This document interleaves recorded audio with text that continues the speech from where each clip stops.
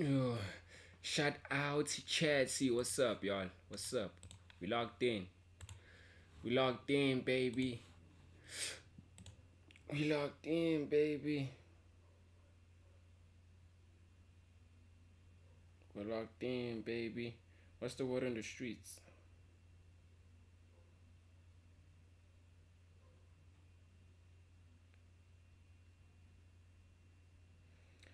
Thina magama wasesitradini bafethu. Shout out to y'all.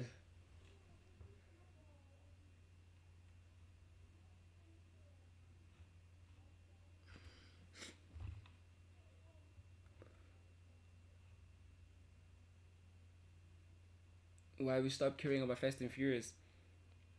Well, the reason I say that is because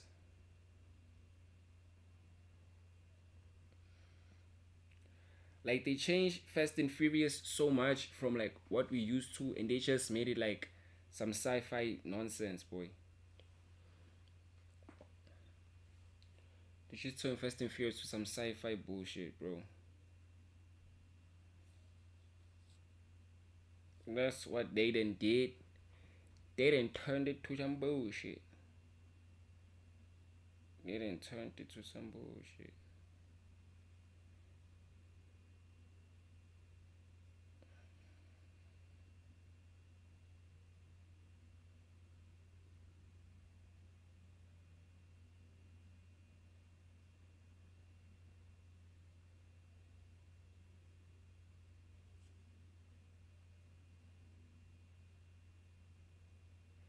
Hey, Bafit. No, guys, something is wrong, bruh. Like, something is extremely wrong with my channel, bro. What's happening with my channel, bro? Shout out, you guys. What's up? What's up? Shout out, chat. Shout out the Inferno family. What's up, bro?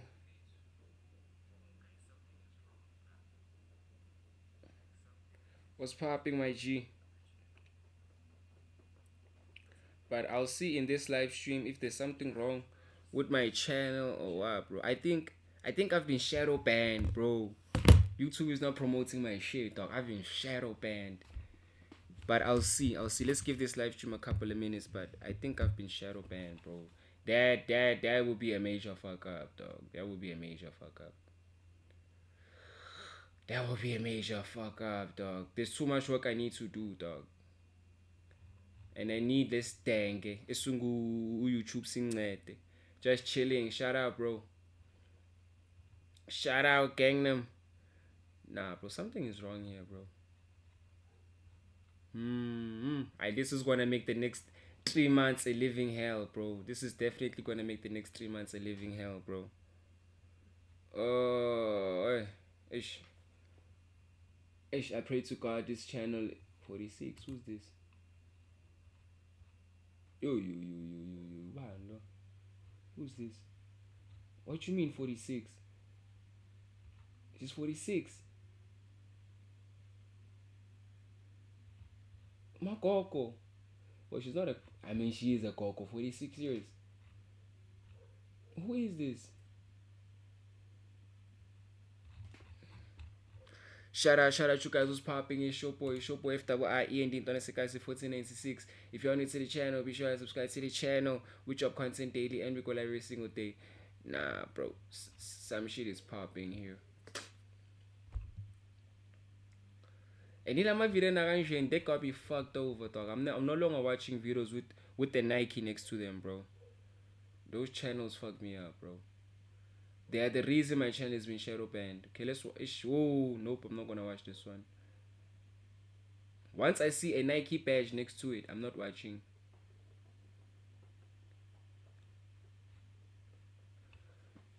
Top 6 Messi autism moments. Bro, something. Nah, dog. And they wrap it up now. Messi should and doesn't. Dani Alves, who specialised in late goals against.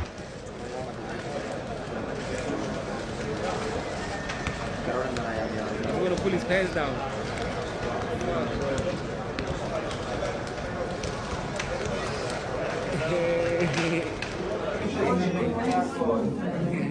Shout out out, Jay.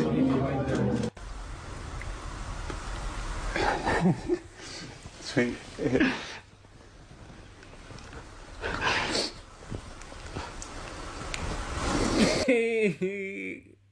Why does it look like?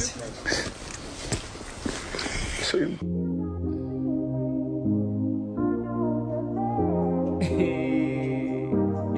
Where's your movies?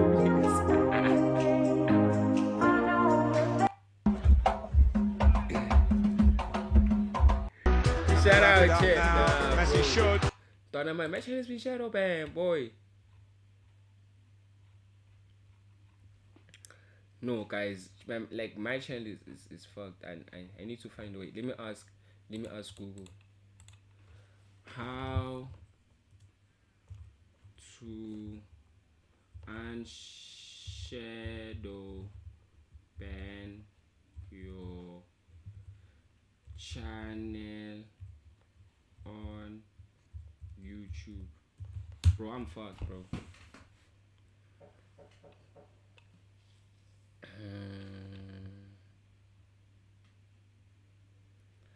The shadow ban, also called the ghosting banning or stealth banning, occurs when YouTube limits. Bro, like as YouTube, I don't have the whole entire year to just chill, bro.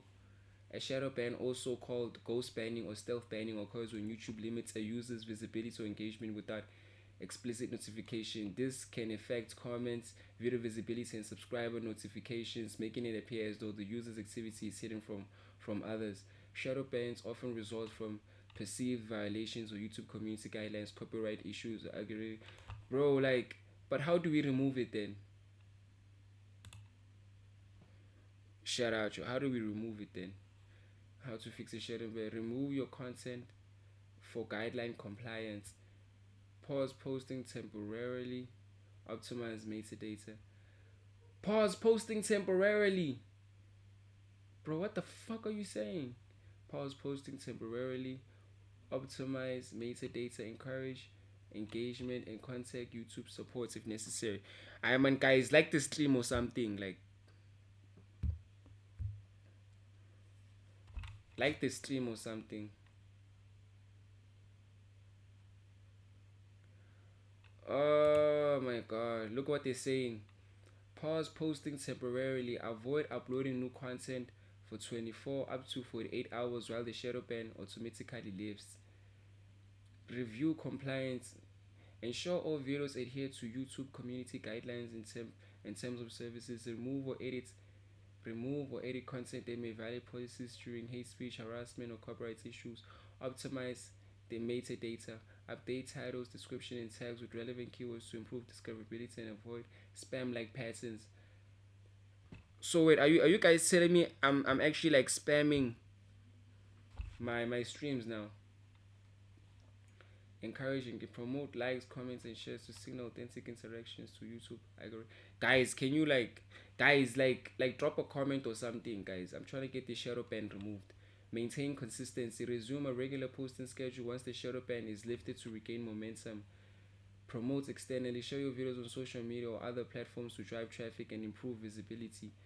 Monitor analytics. Use your YouTube Studios to track impressions, click-through rates, and watch time to identify patterns and adjust strategies. Bro, this is skak, bruh. This is skak. Contact YouTube. If you believe the shadow ban is unjustified, reach out to YouTube support. Prevention.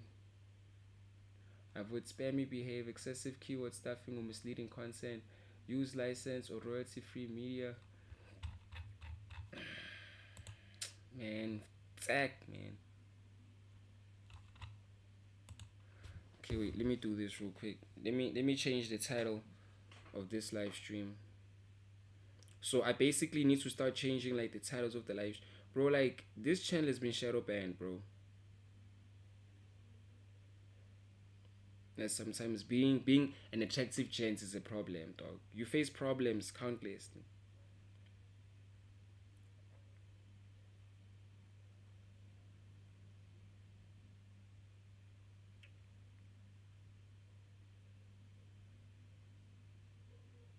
Man, I don't even know what I'm gonna call it. Join us, fellow superstars. I against Angel. Oh wait, I need a thumbnail. Hold up.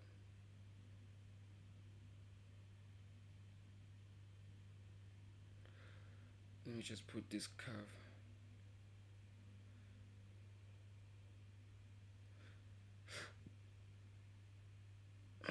Okay.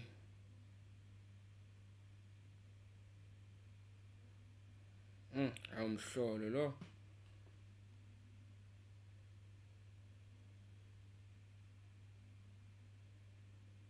And then I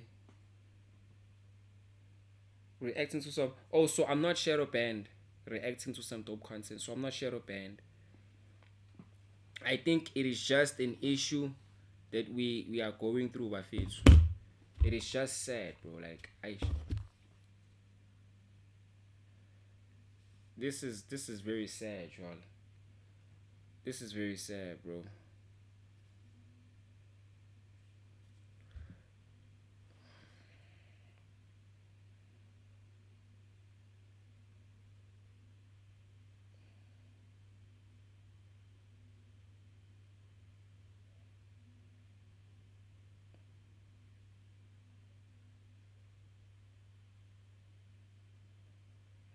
And I've been thinking to myself, bro, isn't it crazy that like when you choose, like, let's say you choose a career in music or content creation, bro, like you spend most of your time working, bro.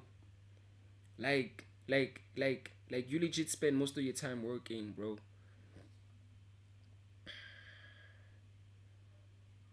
Like bro, like most of the time, bro, you're gonna be working most of the time. Like most of the times, dog, I'm working, dog. Most of the times, I'm working, bro. Even today, dog, I was supposed to work. I didn't work. I chilled with my girl.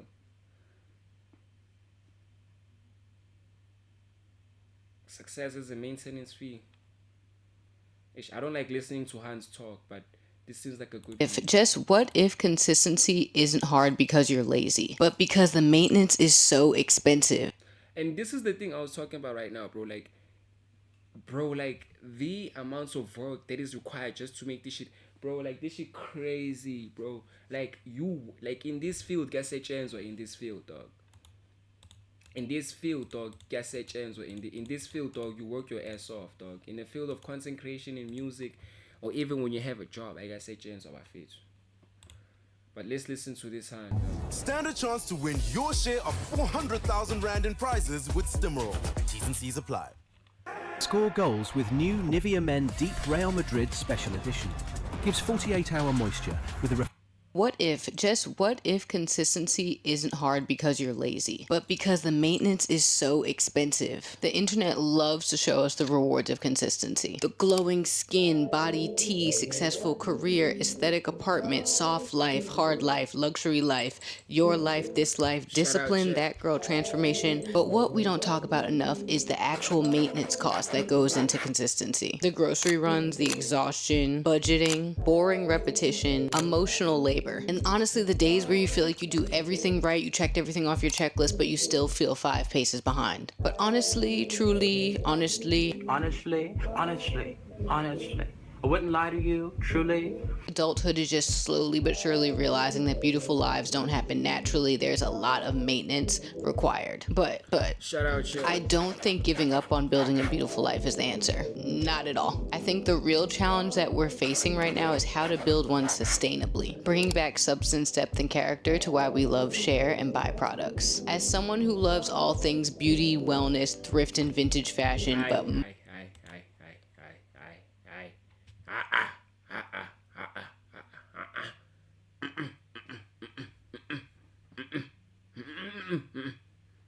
we're not watching that. We're not watching that, bro.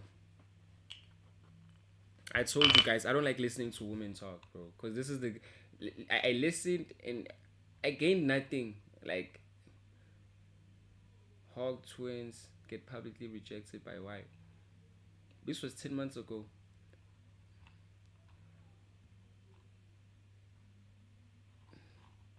Bro, I saw a consistency what?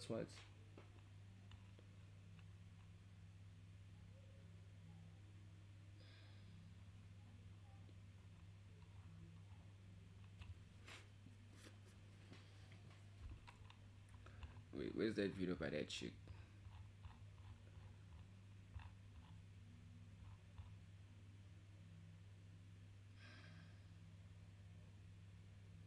YouTube banned me for this. He's also shadow banned. Sure. Spaningi mos. Eba coshwayo mos. Spaningi eba coshwayo mos. This video was filmed with permission, in a controlled environment under supervision. Everyone featured is a good friend and positive. No one was harmed. I'm loving it. Today we have a lot to decipher, chat. No do's, man. Some pretty know, some don't know. But let's go, though. You smell me? Consistent Sony in the chat. You smell me? We back with we like we've been consistent, dog. Like last month. If you don't know, the YouTube is banned, dog. No do's. We banned for a week. We can't post. We can't stream. We can't go live. We can't do anything for a whole week. You tough for a whole week. Guess why I'm banned? Shout out, chat. YouTube is so sensitive. That's why I don't want to stream on YouTube at the moment. YouTube is so sensitive. You saw Soso was getting banned too. I think Soso has a strike too. Yo, bro, like I also got banned. Bro, I also got shadow banned, bro. Well, me, it wasn't like a temporary, like for me, it was like a community guideline. What? Yeah, bro. This shit just pissed me the fuck off.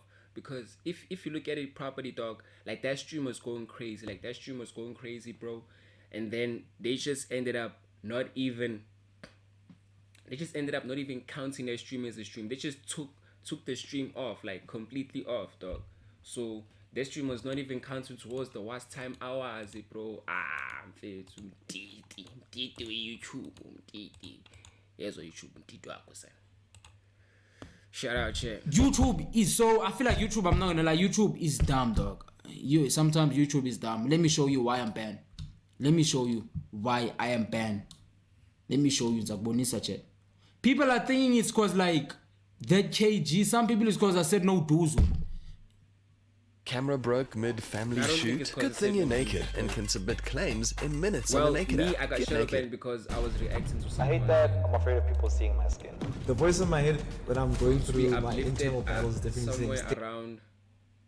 Ever since Going to be uplifted somewhere around September. Imagine June.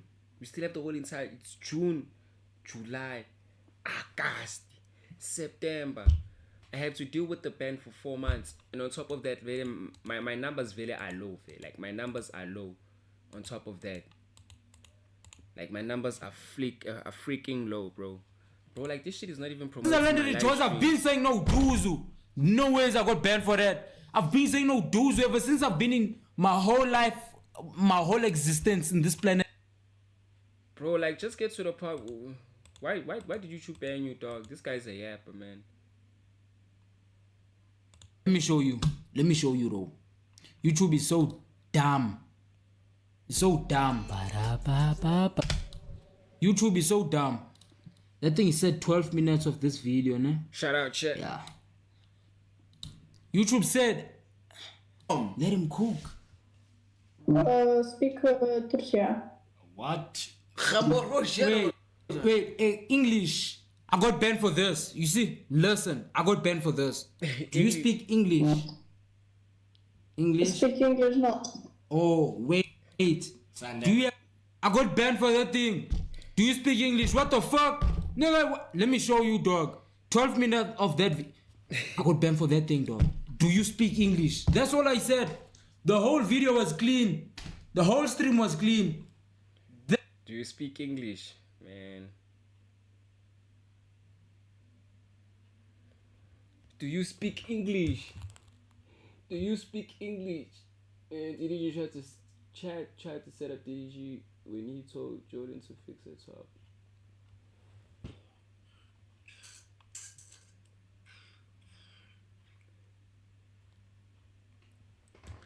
You used to call me on my cell phone,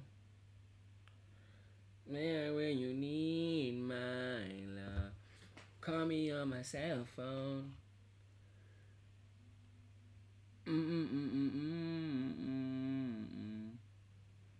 I know when the hotline bling. What is Vic Mensa's doing? All right, y'all. I've been seeing y'all. I've been seeing the comments, all right? Vince Staples is doing something amazing right now.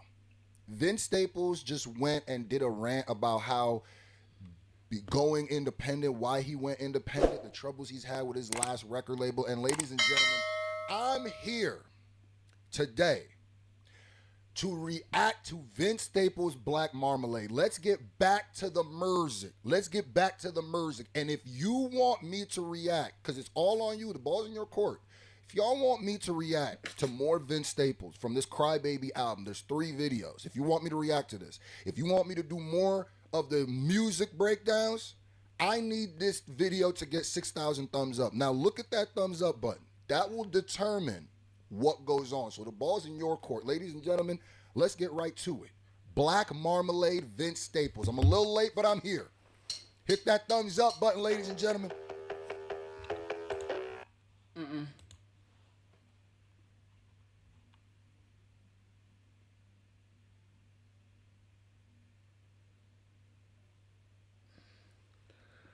How we get so lost in the moment, babe. Debating over nothing.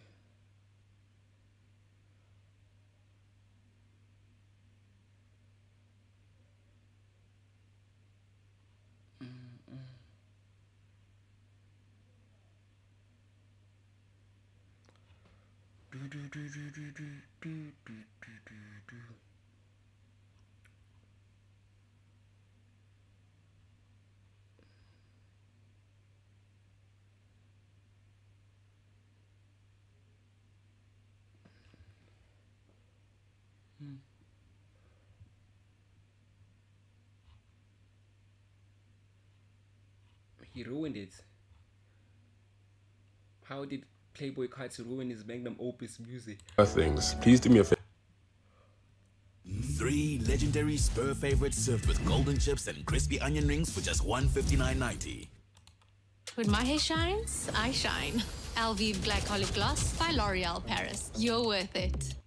Greetings, Earthlings. Please do me a favor and comment your honest opinion about this album. I'm trying to see where you stand with music and if you think it's Carti's best or worst project. Thank you. Good morning, good evening, or wherever the you live, my people. It's been over a year since music released, so don't tell me that people will switch up and change their opinions, because respectfully, you can kiss my socks and eat cold spaghetti. As we know, music was Playboy Carti's magnum opus, aka his most anticipated album of his career. It went #1 on the Billboard, was the biggest album of the year, sold 300k units within the first week, all of that good stuff. I like the album. Carti of course has done exceptionally well for himself, as usual, but in terms of his discography, this is the worst project he's put out in comparison to previous bodies of work such as Die Lit and Holo Red. Nevertheless, the musical tracks I personally return to on a daily basis are, if you care, and yes, in this order, Charge Them Hoes a Fee, Crank, Opium Baby, and South Atlanta Baby. And then occasionally I listen to Good Credit, Cocaine Nose, Olympian, and Wake Up Filthy. However, I find myself reluctant listening to songs like Rather Lie, Mojo Jojo, I See You Baby Boy, Fine even though I enjoy them, but I'll talk about that reason why later. Honorable mention Like Wheezy, because I think it's a fun song, and yeah, thank you for coming to my TED Talk. Let's start with the album in itself. Carti removed the original versions of his previous work for whatever reason. His song Evil Jordan, for example, that released on his alternative Instagram account was immediately a fan favorite just based off the snippet. But when it came to the album's release, there was a whole 1-minute intro added before the song even started. The introduction featured the song Popular by The Weeknd, which featured Carti and Madonna, and I believe it was originally posted as a fan-made version on TikTok, which many people are not fans of. Moving forward to Hood by Air, another fan favorite from 2023 that made it to the album but received another unnecessary remix with a bunch of snare rolls from Swamp Izzo relentlessly twerking on the soundboard as the song continues to play. And last but not least, we have a deleted verse. What were Carti and his team thinking? Like deadass, the song now sounds incomplete. Like this song is now deadass, just fill in the blanks, our song. And as you can see, people were complaining within reason for once, which is unusual for the Playboy Carti community.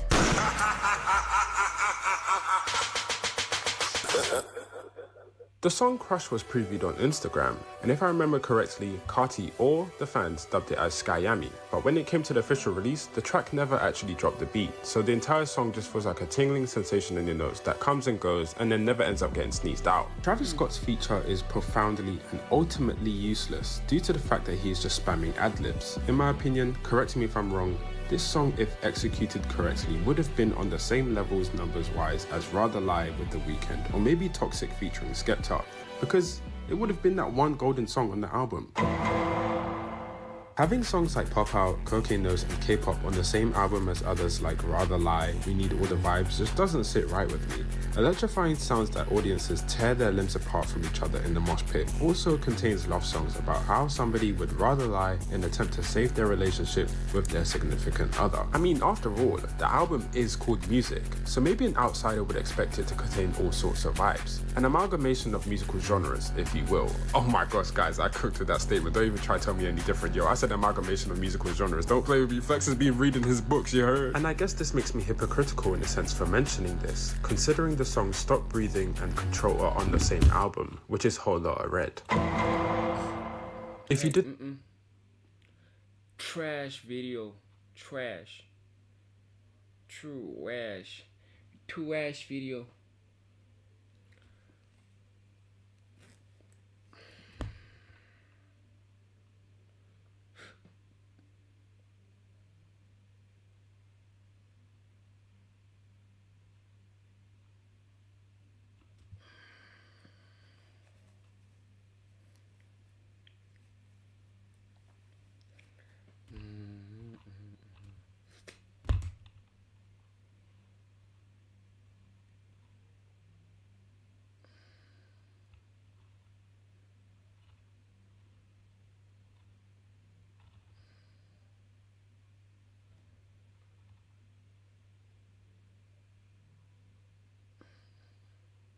When the biggest streamer no longer wants to stream anymore. At just 24 years old, Kai Cenat shattered nearly every Twitch record in the book.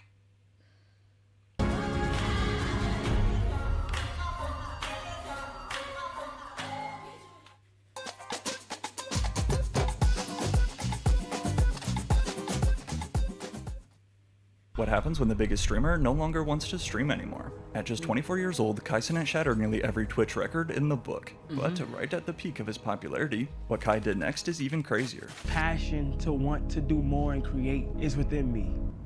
That is why I quit. Made his 1.5 and dipped. Well, as a professional pocket watcher, I could just about assure you he made way more than 1.5. Shout out, Following his mega viral Mafiathon 3 and streams with basically every A-list celebrity, it was after linking with LeBron when Kai suddenly disappeared off all of our feeds. As it stands today, he has literally not gone live in 8 months, 242 days to be exact. So, like Soulja Boy also wonders, what the f happened to Kai Cenat? Bro, like, that's a lot of days, boy. Like, 242 days.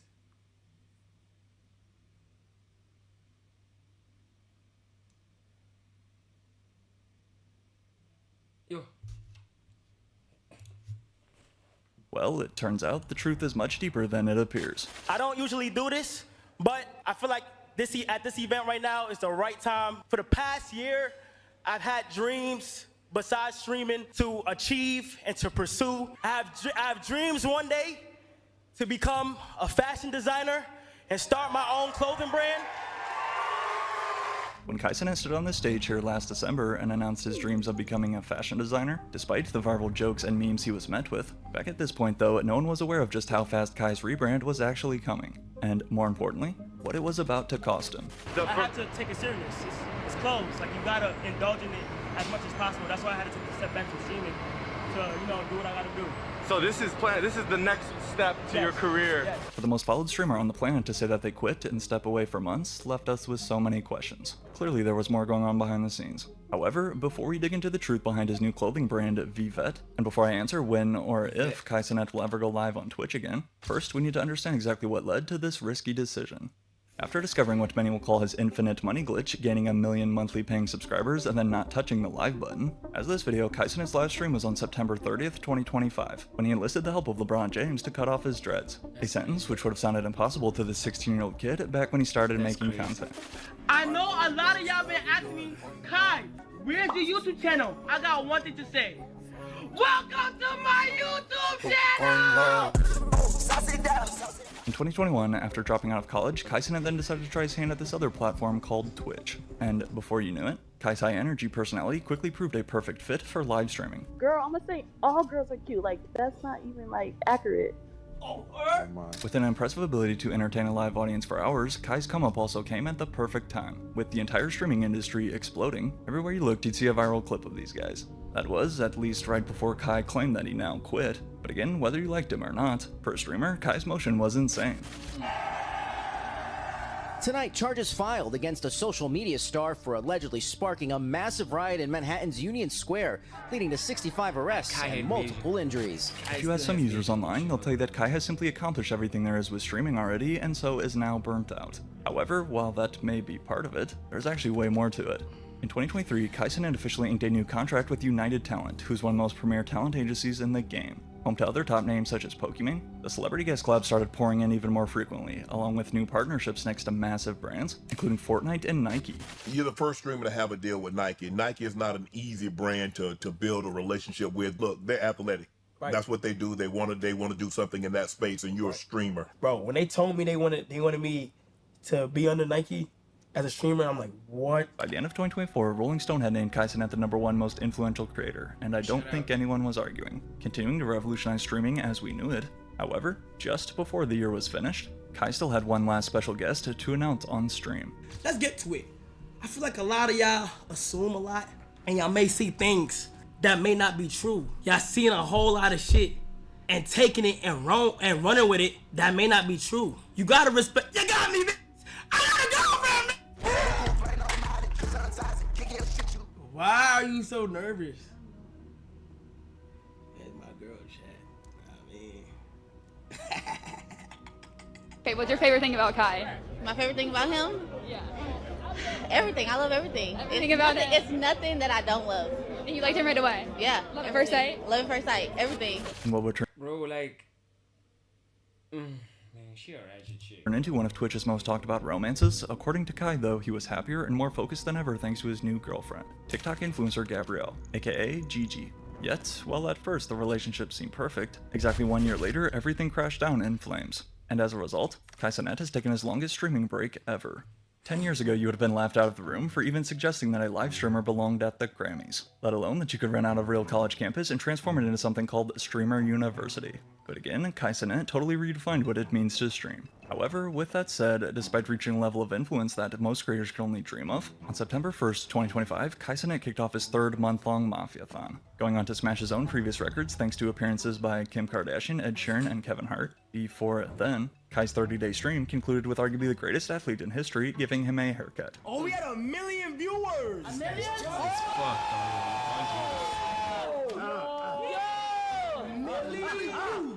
The biggest! I've never Mafia-thon ever. Ever! Reality is upon us. I will see you guys. Call us dripping off. When I see you guys. Later. Confirming here to viewers that this would indeed be his third and final Mafia-thon event. What fans had no idea though was that Kai's stream on September 30th wasn't just the end of Mafia-thon, but again, as of this video, it would be the last time Kai has ever been live.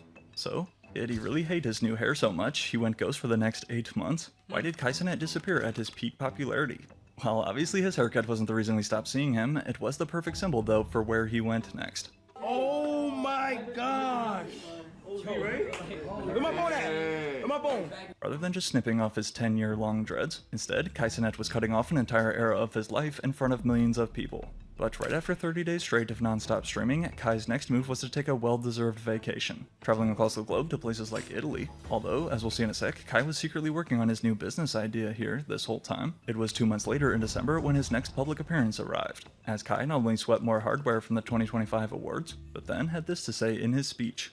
I appreciate everybody who decided to. But I've been going through some award. things. One thing I wanted to say to you guys tonight is I hope a lot of creators in here and everybody at home and the viewers and the streamers really take care of your mental health. I just noticed that recently I just been going through things in my head. For the past year, I've had dreams besides streaming to become a fashion designer. everybody preaches to everybody, be yourself, be yourself, be yourself. But as soon as people get on the internet, they tell you how to be. Thank you. Declaring his dreams out into the world, and in typical internet fashion, getting met with a lot of hate and response. Yet, while I'm sure people laughed at him too back when he first tried streaming, prior to diving full Virgil Abloh mode though, Kai had more he wanted to say about mental health, sharing this video to his socials on December 16th, which was the day of Kai's 24th birthday. Hello everybody, I'm currently on my laptop right now, and I appreciate everybody who's been sending me birthday wishes. So I felt like it was the perfect day to be transparent and honest with you guys. Damn, all those A few days tattoos. ago, I spread awareness on mental health and how important it is to take care of yourself. And honestly, for the past few months, I've been struggling with mental health out of self-doubt and fright of pursuing goals that I really want to achieve.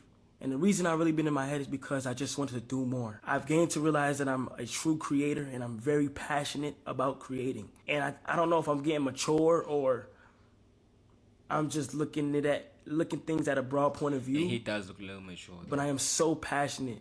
Feeling that he's been struggling with mental health lately and a feeling that he'd never had before, then arrived this series of tweets right before Christmas. I was honestly gonna save what I gotta say for when I'm ready to come back, but right now something is telling me to speak up. I'm not sad, I'm not depressed, but I need to bring awareness to mental health. As I was very consistent in streaming, there were certain times where I realized that I was losing touch of reality. I needed to take a step back and fully reset. I started to realize that I wasn't even spending time with close friends and family behind the scenes as much as I wanted to. I can't imagine the things people are going through on a deeper level, so let me speak up a little louder. I don't care if people look at me as a joke. Anime has always been something I wanted to get myself into, but I never had the time to try and actually watch. Kai continues, but when I did, without me realizing, it was able to take me into another world that I can relate to. I used to think anime was weird, but it helped me build way more courage than I ever had before. For someone with this much influence to speak on the importance of mental health was positive to see. However, did something happen that caused Kai to post all this? Well, only 4 days later came this next tweet. I'm single, I will never be in another relationship again. Kai Cenat tweeted to nearly 70 million views. I'm thinking I'll never be in another relationship again, bro. Nah, you know why he said that? Damn, son. Run that shit back.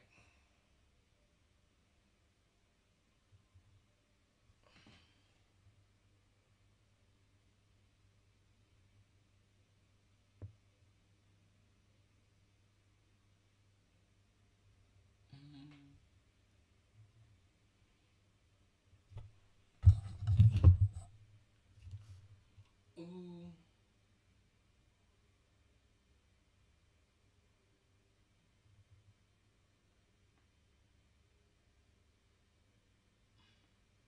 Ah, clavicula. Clavicula, wait. This is a video for tomorrow.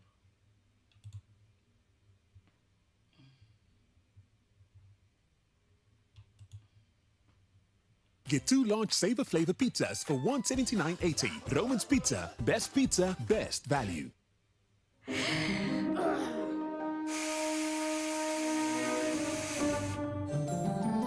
The Enhanced Games just wrapped up, and man, it was not what people expected. Despite being announced back in 2023 and officially stated to take place in Las Vegas over 1 year ago, only a single athlete managed to break an actual world record, and many performed way worse than expected. The Enhanced Games, for those who don't know, is this private arrangement for athletes where huge prize money would be paid out to anyone who could break a standing world record within their respective sports. Basically like the Olympic Games, but with huge prizes of cash. And of course without any drug testing regulations, which means that athletes could take anything as long as it was FDA approved, which means that anabolic steroids and human growth hormone, for example, were in the green. They started off marketing this way back in 2023 when this Australian guy wanted to see how far you could push the human body in athletic endeavor. And he announced that he would personally sponsor an event where athletes could take whatever form of PEDs they wanted, receive medical attention throughout the entire process, and fight for a world record within their respective sports, where anyone who broke a world record would receive $1 million in prize money. Finally, we would get to see what the human body was capable of. Imagine someone running the 100-meter dash faster than 9.5 seconds. Imagine someone breaking every swimming record or every weightlifting record. Except that's not what happened. Not even close. What happened? In fact, it was a spectacular failure.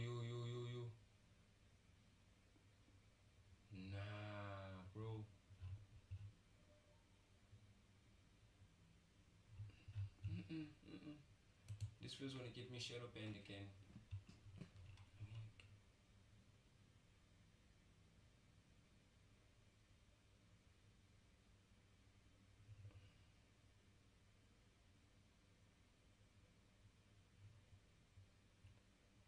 decade-long beef. Okay, so after Casper Nyovest's recent tweets and his recent opinions about the current hip-hop game, Stogie T had a couple of words to say to him, right? And it has a lot of people asking, is this about to reignite something that's been happening for years? So if you guys didn't know, and this is what I'm about to talk about in this video, I don't want to only talk about what's going on right now. I want to talk about the tension between Stogie T and Casper Nyovest that has been happening for over 10 years now. Now, I know you guys are asking yourselves, okay, how did this happen? You know, where did it happen? What happened?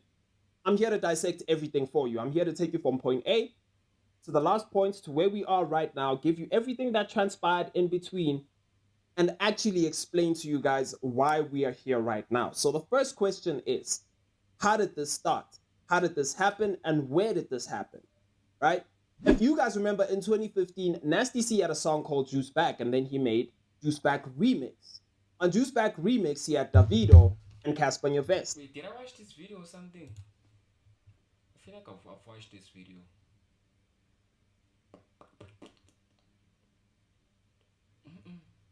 This is the guy that got me in trouble last time, I think.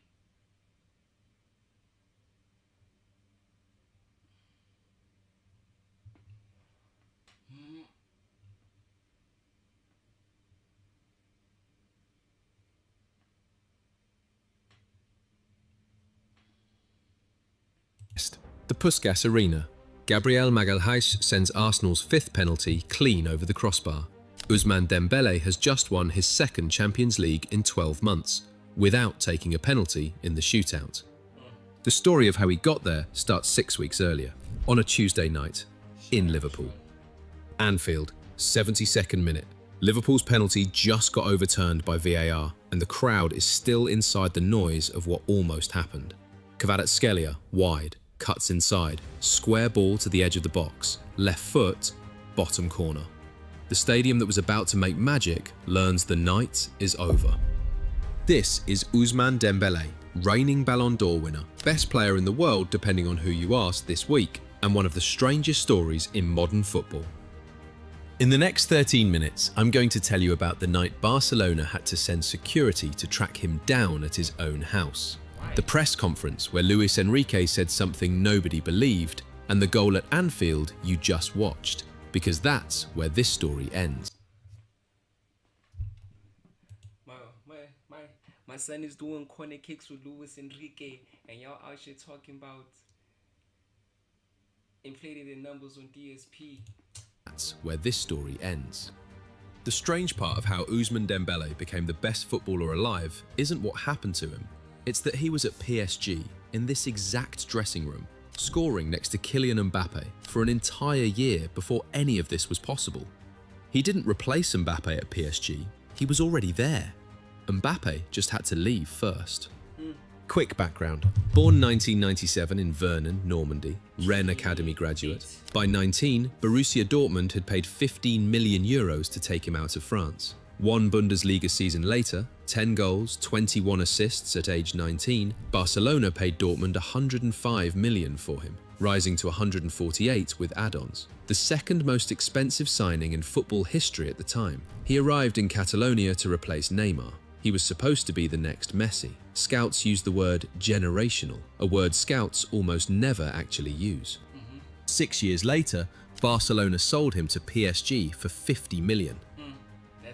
The most efficient way a football club has ever burned 100 million euros.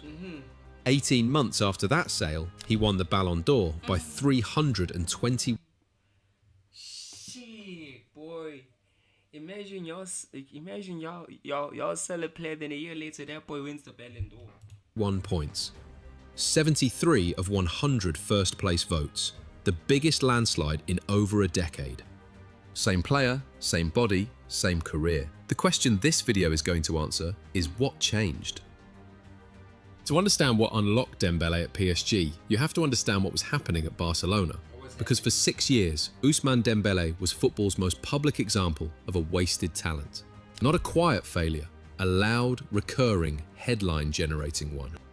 The talent had never been in question.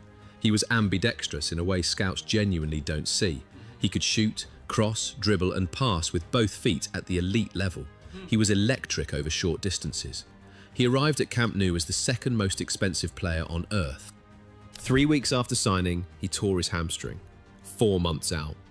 He came back. He tore his thigh. He came back again. He tore his calf. Between 2017 and Bro, this guy's been getting injured like a bitch. 2022, he missed more than 120 games for Barcelona through soft tissue injuries. And that wasn't even the worst part of it. The worst part was off the pitch. Barcelona had bought a footballer. They got a teenager with a gaming problem. He'd stay up until 5 in the morning playing FIFA with friends he'd flown in from France. He'd sleep through training. The club gave him a personal chef. He fired the chef. The club gave him a driver. The driver was only with him for part of the day. In December 2018, after he was 2 hours late for training and not answering his phone, Barcelona sent club security to his house to physically track him down. This is documented. It was not a one-off.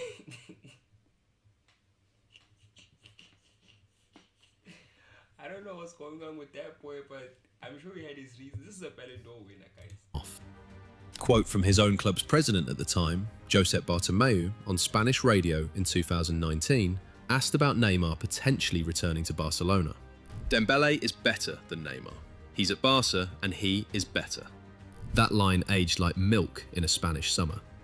4 managers tried to coach him. Ernesto Valverde dropped him from squads as punishment. Quique Setien barely got to coach him because of injuries. Ronald Koeman caught him 15 minutes late and started having him filmed at the training ground gate. Xavi Hernandez got the best out of him for 1 season, almost convinced himself the project could work, and then a phone call came from Paris. By the summer of 2023, Barcelona were in a full-blown financial crisis. The football world had decided what Ousmane Dembele was. A talent without discipline. A gift without grit. Football's most expensive cautionary tale, wrapped inside another cautionary tale, sold for 50 million to a French side who were buying him on the cheap because nobody else wanted him. In August 2023, PSG triggered the release clause.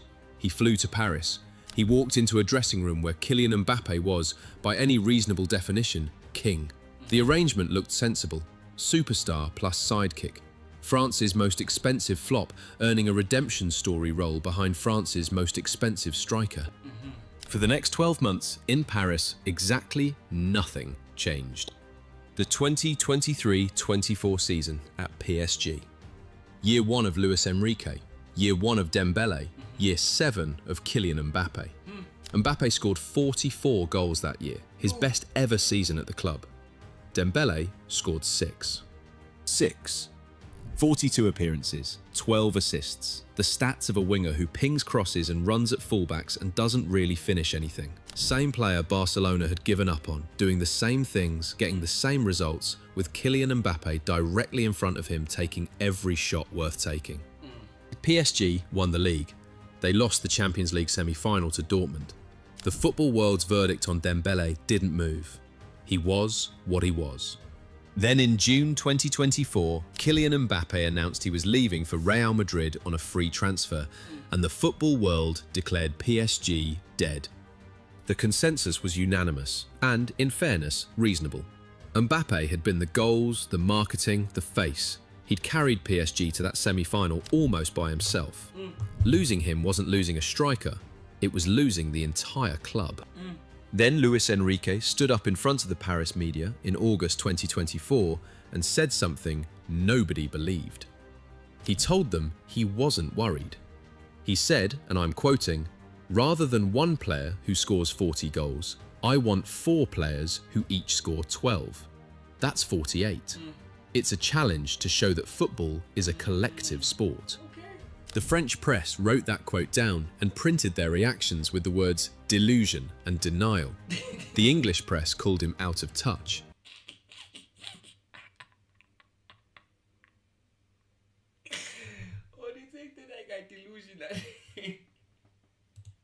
Spain laughed at the idea of replacing Mbappe with a committee. A few weeks into the new season, Luis Enrique made his point in the loudest possible way. October the 1st, 2024. Champions League at the Emirates. The night before the game, Enrique dropped Ousmane Dembele from the squad. Not benched, not unused sub, left out of the 18 entirely. The reported trigger? A disagreement after a League One win over Rennes. The real reason, confirmed later by sources at the club, was that Enrique had been watching what Dembele did when PSG didn't have the ball, which was, broadly, very little. He'd jog, he'd walk, he'd point at teammates as if doing tactical analysis instead of pressing. Enrique decided this was the thing.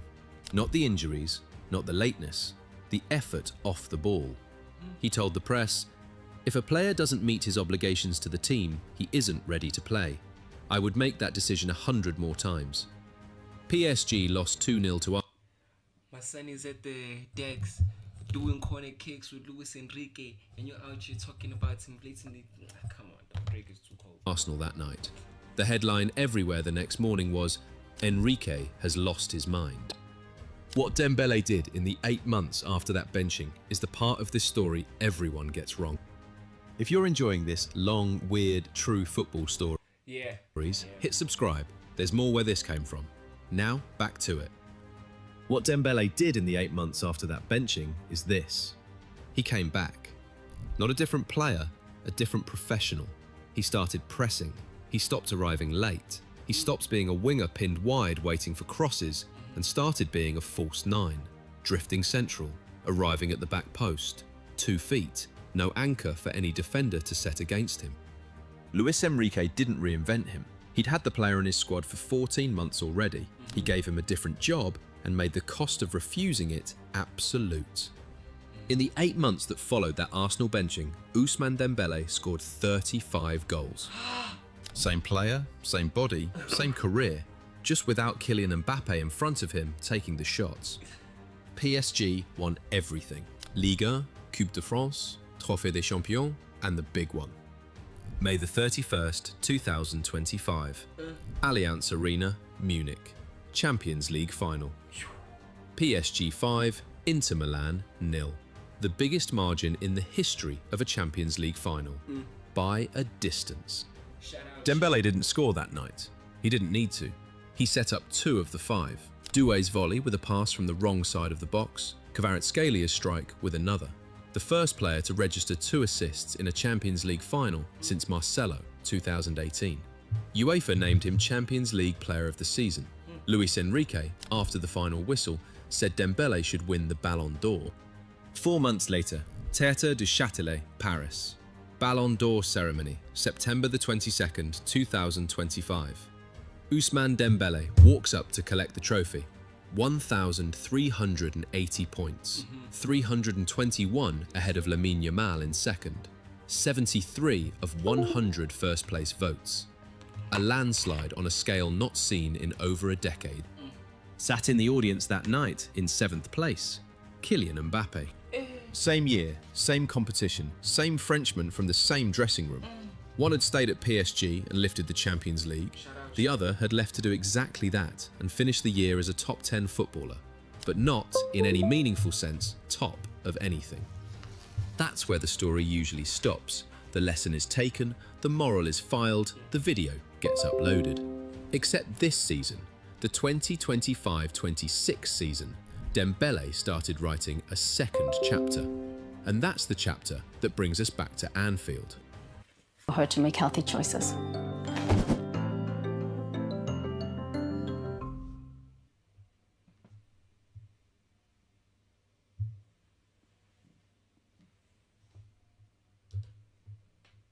April the 8th, 2026. Paris Saint-Germain host Liverpool in the first leg of the Champions League quarter-final. PSG win 2-0. Doué, Kvaratskhelia. Dembele doesn't score, misses 3 good chances.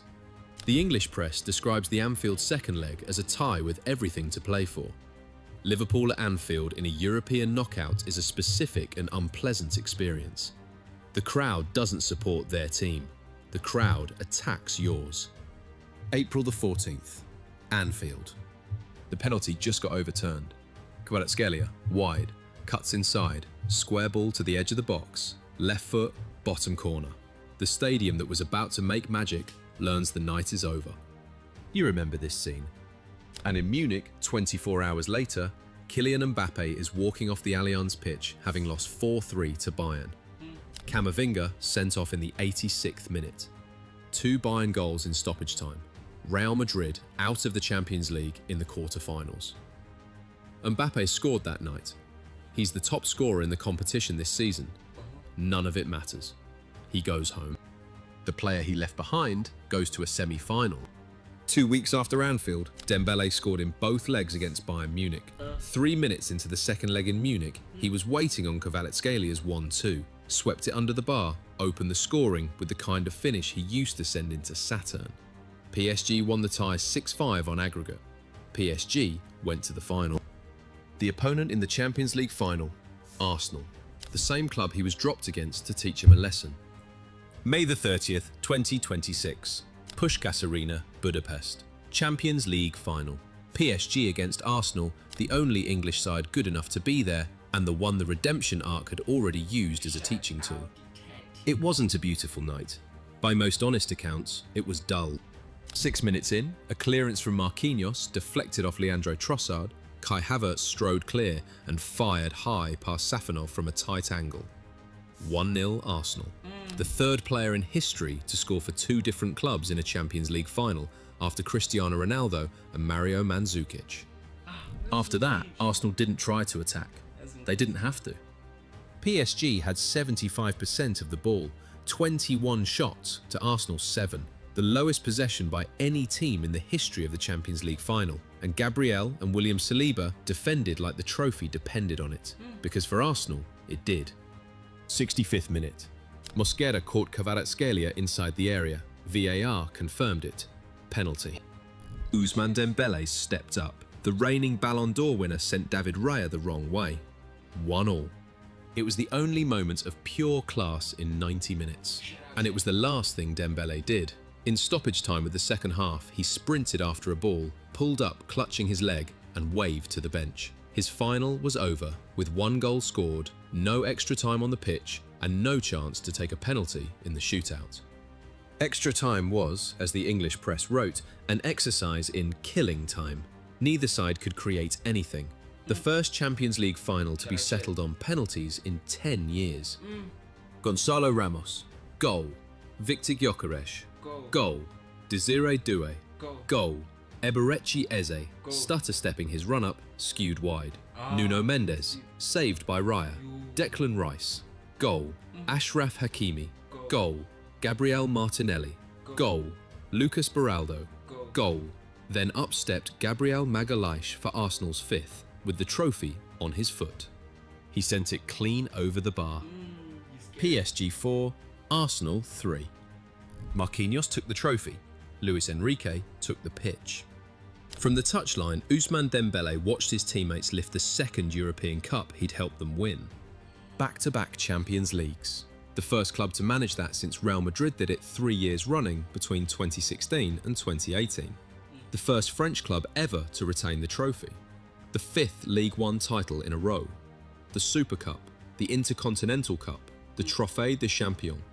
5 trophies in 12 months under a manager the French press called delusional in August 2024.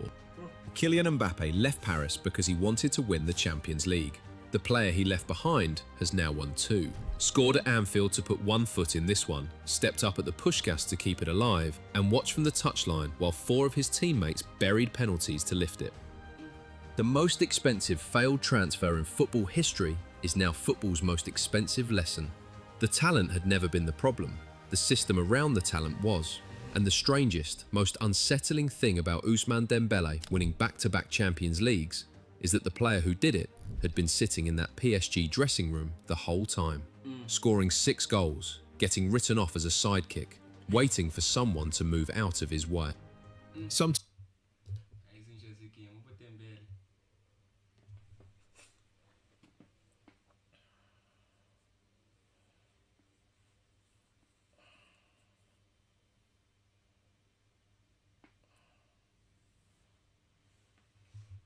The fight that costed him, let's see, 104. Okay, I might survive this. Let's check it out.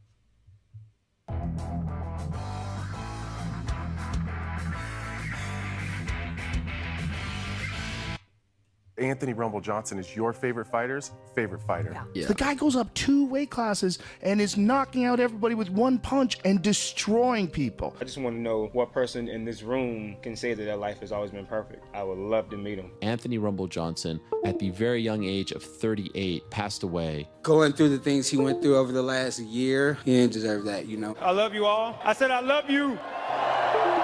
Before there was Francis Ngannou, there was Rumble Johnson.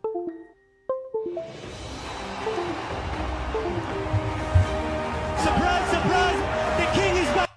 In 2006, he made his professional debut, earning a first-round knockout. This set the tone for his career, a career built on sheer power and the ability to end fights in the blink of an eye. While his natural power and athletic ability were evident, his entry into the sport wasn't as direct or polished as some fighters with extensive martial arts backgrounds. After his debut, Johnson quickly began building his skills. He fought in smaller promotions, gaining valuable experience and sharpening his raw talent. His explosive power and athleticism stood out early on, with most of his victories coming via knockout. These performances began to attract attention, and it wasn't long before his name appeared on the radar of UFC scouts. Johnson's early success caught the attention of his longtime mentor and coach, Henry Hooft. Under Hooft's guidance, Johnson developed his now iconic striking style, blending raw knockout power with technical precision. This combination of mentorship, natural gifts, and relentless work ethic propelled him into a higher competitive tier. By 2007, Johnson earned a chance to compete in the UFC, the biggest stage in MMA, at the young age of 23. The 23-year-old is undefeated in 3 professional fights, and with a win tonight, we will have a new fighter to watch at 170 pounds. When I spank you on your ass and send you back home to mama, don't be crying and say I got whooped by a black man. The UFC saw his potential as a thrilling addition to the welterweight division, which at the time was stacked with talent. Johnson made his debut in dramatic fashion, securing a 13-second knockout that left fans and analysts buzzing. It was clear from his very first UFC appearance that Johnson wasn't just another prospect, he was a future star. The transition from small promotions to the UFC wasn't without challenges, however. Johnson's size and musculature made cutting to 170 pounds a grueling process, something that would plague him throughout his career. Nevertheless, his ability to deliver knockouts and electrify audiences made him a fighter to watch. By 2008, Anthony Johnson had established himself as one of the UFC's most promising up-and-comers, with his sights set on rising through the welterweight rankings. In 2009, as Johnson... Like, nothing is more grueling than the weight cutting process, because like fighters have to like cut their weights in order to fight in specific classes, because like the mindset is like this, right? So it's basically you need to cut weight to fight in a lower division than you, because if you try to fight in a higher weight than you, you're gonna find someone who has more weight than you and they're cutting their weight, so you're gonna be at a disadvantage, you know what I'm saying? Johnson's career was gaining momentum. His personal life faced its first major setback. He was charged with domestic violence, battery, and making criminal threats. Although Johnson denied the allegations, the legal case put a stain on his reputation. While he continued competing and winning in the UFC, the incident introduced a pattern of personal and legal struggles that would follow him throughout his life. Around the same time, his battles with weight cutting intensified. Johnson missed weight several times, with each incident drawing criticism from fans and UFC management. Despite his in-cage success, his inability to meet professional standards outside of it began to overshadow his performances. The tipping point came in 2012, during a scheduled middleweight fight at 185 pounds against Vitor Belfort, a former UFC champion and one of the most dangerous fighters of the era. This bout was particularly significant because it was Johnson's attempt to reinvent himself in a higher weight class after repeated struggles to make the welterweight limit of 170 pounds. However, the move to middleweight proved disastrous. My favorite part about Rumble, he missed weight many times, but he had an extremely hard time making weight. So Dana finally says enough and moves him up to 100. Shout out Dracula. Who's Dracula now? Did you change your name or something? Who's Dracula? Shout out Dracula. Who's that now? You guys change your names too many times. You guys change your names too many times. You guys change your names way too many times. Like imagine tomorrow. Like shout out gang. I am very good, bro. What's up with you, Dracula? Imagine if tomorrow you guys woke up and I changed the entire channel name. Imagine. 185. Rumble missed that weight class by 7 pounds. Johnson missed weight by an astonishing 11 pounds, coming in at 197 pounds. 197! So Anthony is overweight. Closer to the light heavyweight limit than middleweight. Despite the weight miss, the fight proceeded, and Johnson lost via submission in the first round. The weight miss and his defeat deeply frustrated UFC officials, leading to his release from the promotion. What can Dana do? You missed weight 4 times at 170. I want to make you #1 contender. I move you up to 85, put you against Vitor, which is going to spring you right in. I got to turn you loose for a little bit. Rumble Johnson is one of the most terrifying propositions in the history of the regional circuit. He didn't belong. Following his release, Johnson knew he needed a fresh start. He signed with the World Series. I don't know this Anthony Johnson guy. Best KOs. I feel like that's a better video to watch. Ish, and I don't think I'm gonna be able to find it anymore. Where's that video? Where's that video? Pile video fecho.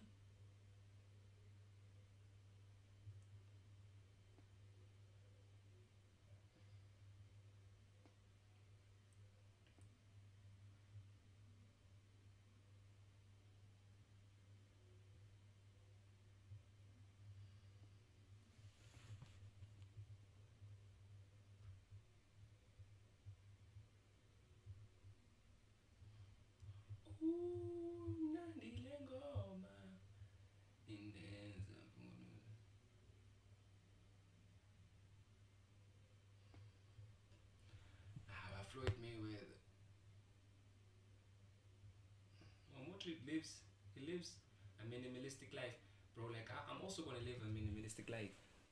I feel like when you are an artist, bro, like in a way, you are kind of forced to live like an outlandish life. Like you're kind of forced to look like I mean, like I am a superstar, but you know what I'm saying, bro? It's like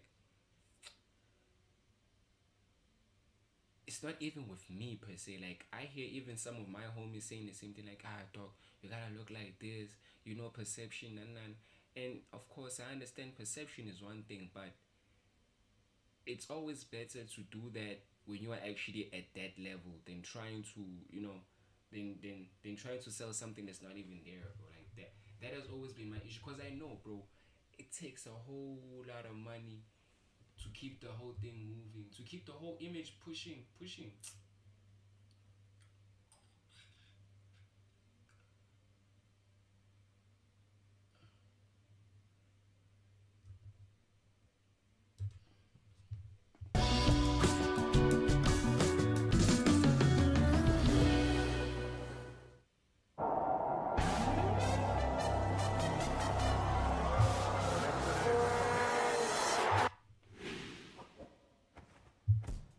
Is there anything better than watching a fighter you really don't like losing? It is the best possible thing in MMA. Better than someone you like winning even a lot of times. And while usually fans are split on any given fighter, every once in a while, something happens where we just universally wanted to see someone get beat. These brief, magical moments where we were all united in our status as haters. It's so satisfying and exceptionally rare, but for the instances we're about to talk about. I'm Tommy from MMA On Point, and these are 10 MMA losses the community took pleasure in. Number 10, Teemu Connor Humble. Imitation might be the sincerest form of flattery, but that's for the person being 1.5 million, never. I am not trying to get shadow banned. Fuck no.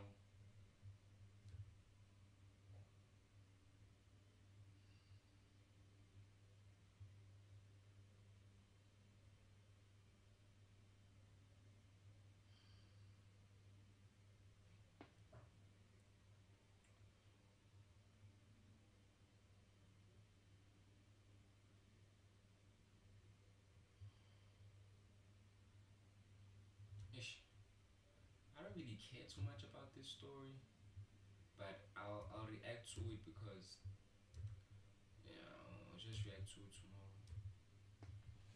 React to it tomorrow and have it up.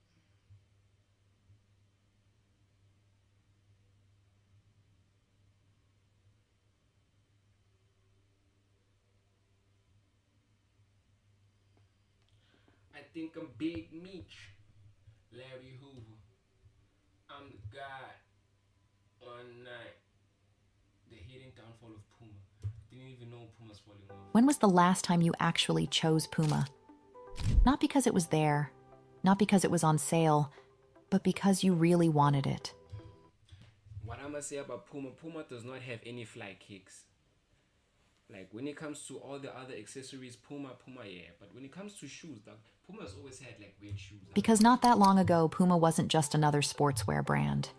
It was right there, competing with Nike and Adidas, backed by world-class athletes, global campaigns, and a clear identity that made sense. It had momentum, visibility, and most importantly, relevance. And then, almost quietly, something shifted. Since its peak, Puma has lost around 80% of its market value. Sales have started to decline. What do you mean? Since when? Since when? And then, almost quietly, something shifts, backed by world-class athletes, global campaigns, and a clear identity that made sense.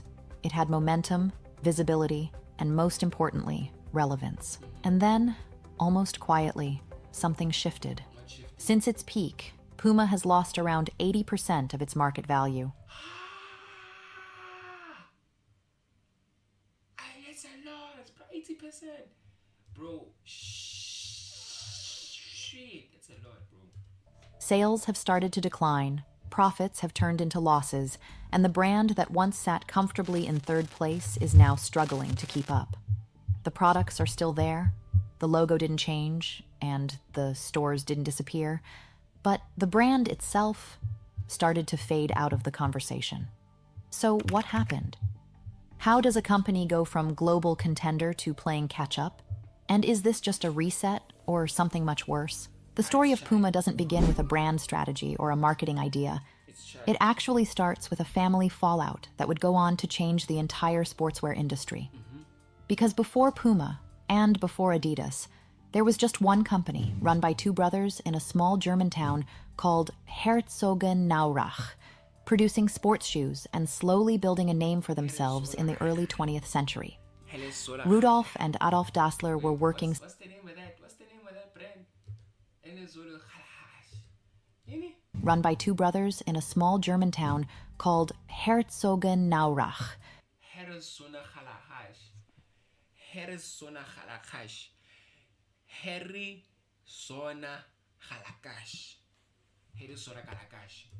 Producing sports shoes and slowly building a name for themselves in the early 20th century. Rudolf and Adolf Dassler were working side by side, growing the business together, supplying athletes, refining their products. And for a while, everything seemed aligned, until it wasn't. Somewhere along the way, that partnership collapsed. Not in a clean, documented way, but in the kind of slow, personal breakdown that turns into something irreversible. And when it didn't just split a company. It split an entire identity. Adolf went on to build Adidas. Shout out shit. Rudolf, determined to prove himself on his own terms, started a new company just down the road. That company became Puma. And from that moment on, the story wasn't just about building a brand, it was about competing, constantly, against something that had once been shared. But what's important is how Puma chose to position itself from the beginning. It didn't try to differentiate through from the beginning. Look at the Puma in itself, like the Jaguar.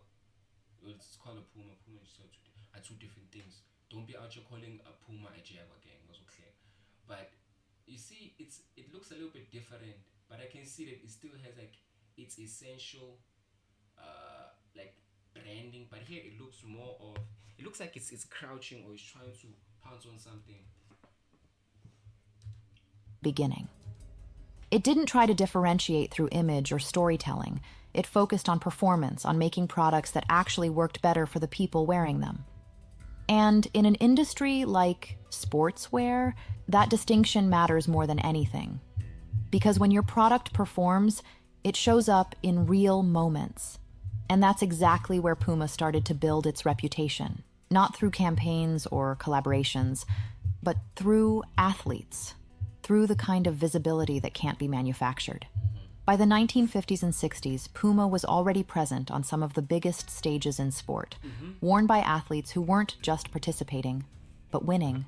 Pelé on the world stage, Johan Cruyff, who was so committed to Puma that he had one stripe physically removed from his Adidas-sponsored Dutch national team kit at the 1974 World Cup, rather than be seen promoting a rival on football's biggest stage, reshaping the game in Europe, and later Diego Maradona doing the same in his own era. And those moments did something that no marketing campaign ever could. They gave Puma credibility. Because when a brand becomes part of defining moments like that, it stops being just a product. It becomes associated with performance, with results, with something real.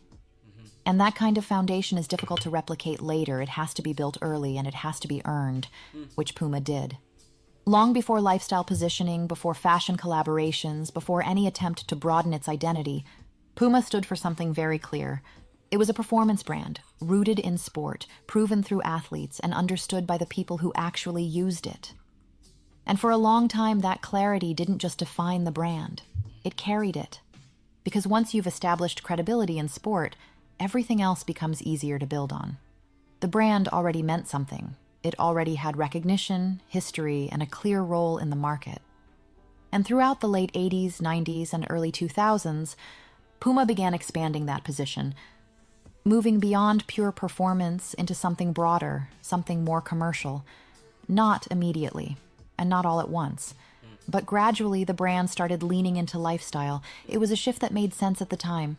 The sportswear market itself was changing, and brands were beginning to realize that the real growth wasn't just in athletes. It was in everyday consumers. People who didn't need performance gear, but wanted to wear something that felt connected to it. And Puma adapted. It started blending sport with fashion, collaborating, experimenting, and repositioning itself as a brand that could exist both on and off the field. Like this is the best shoe Puma has. Like the shoe that looks like this is their best shoe.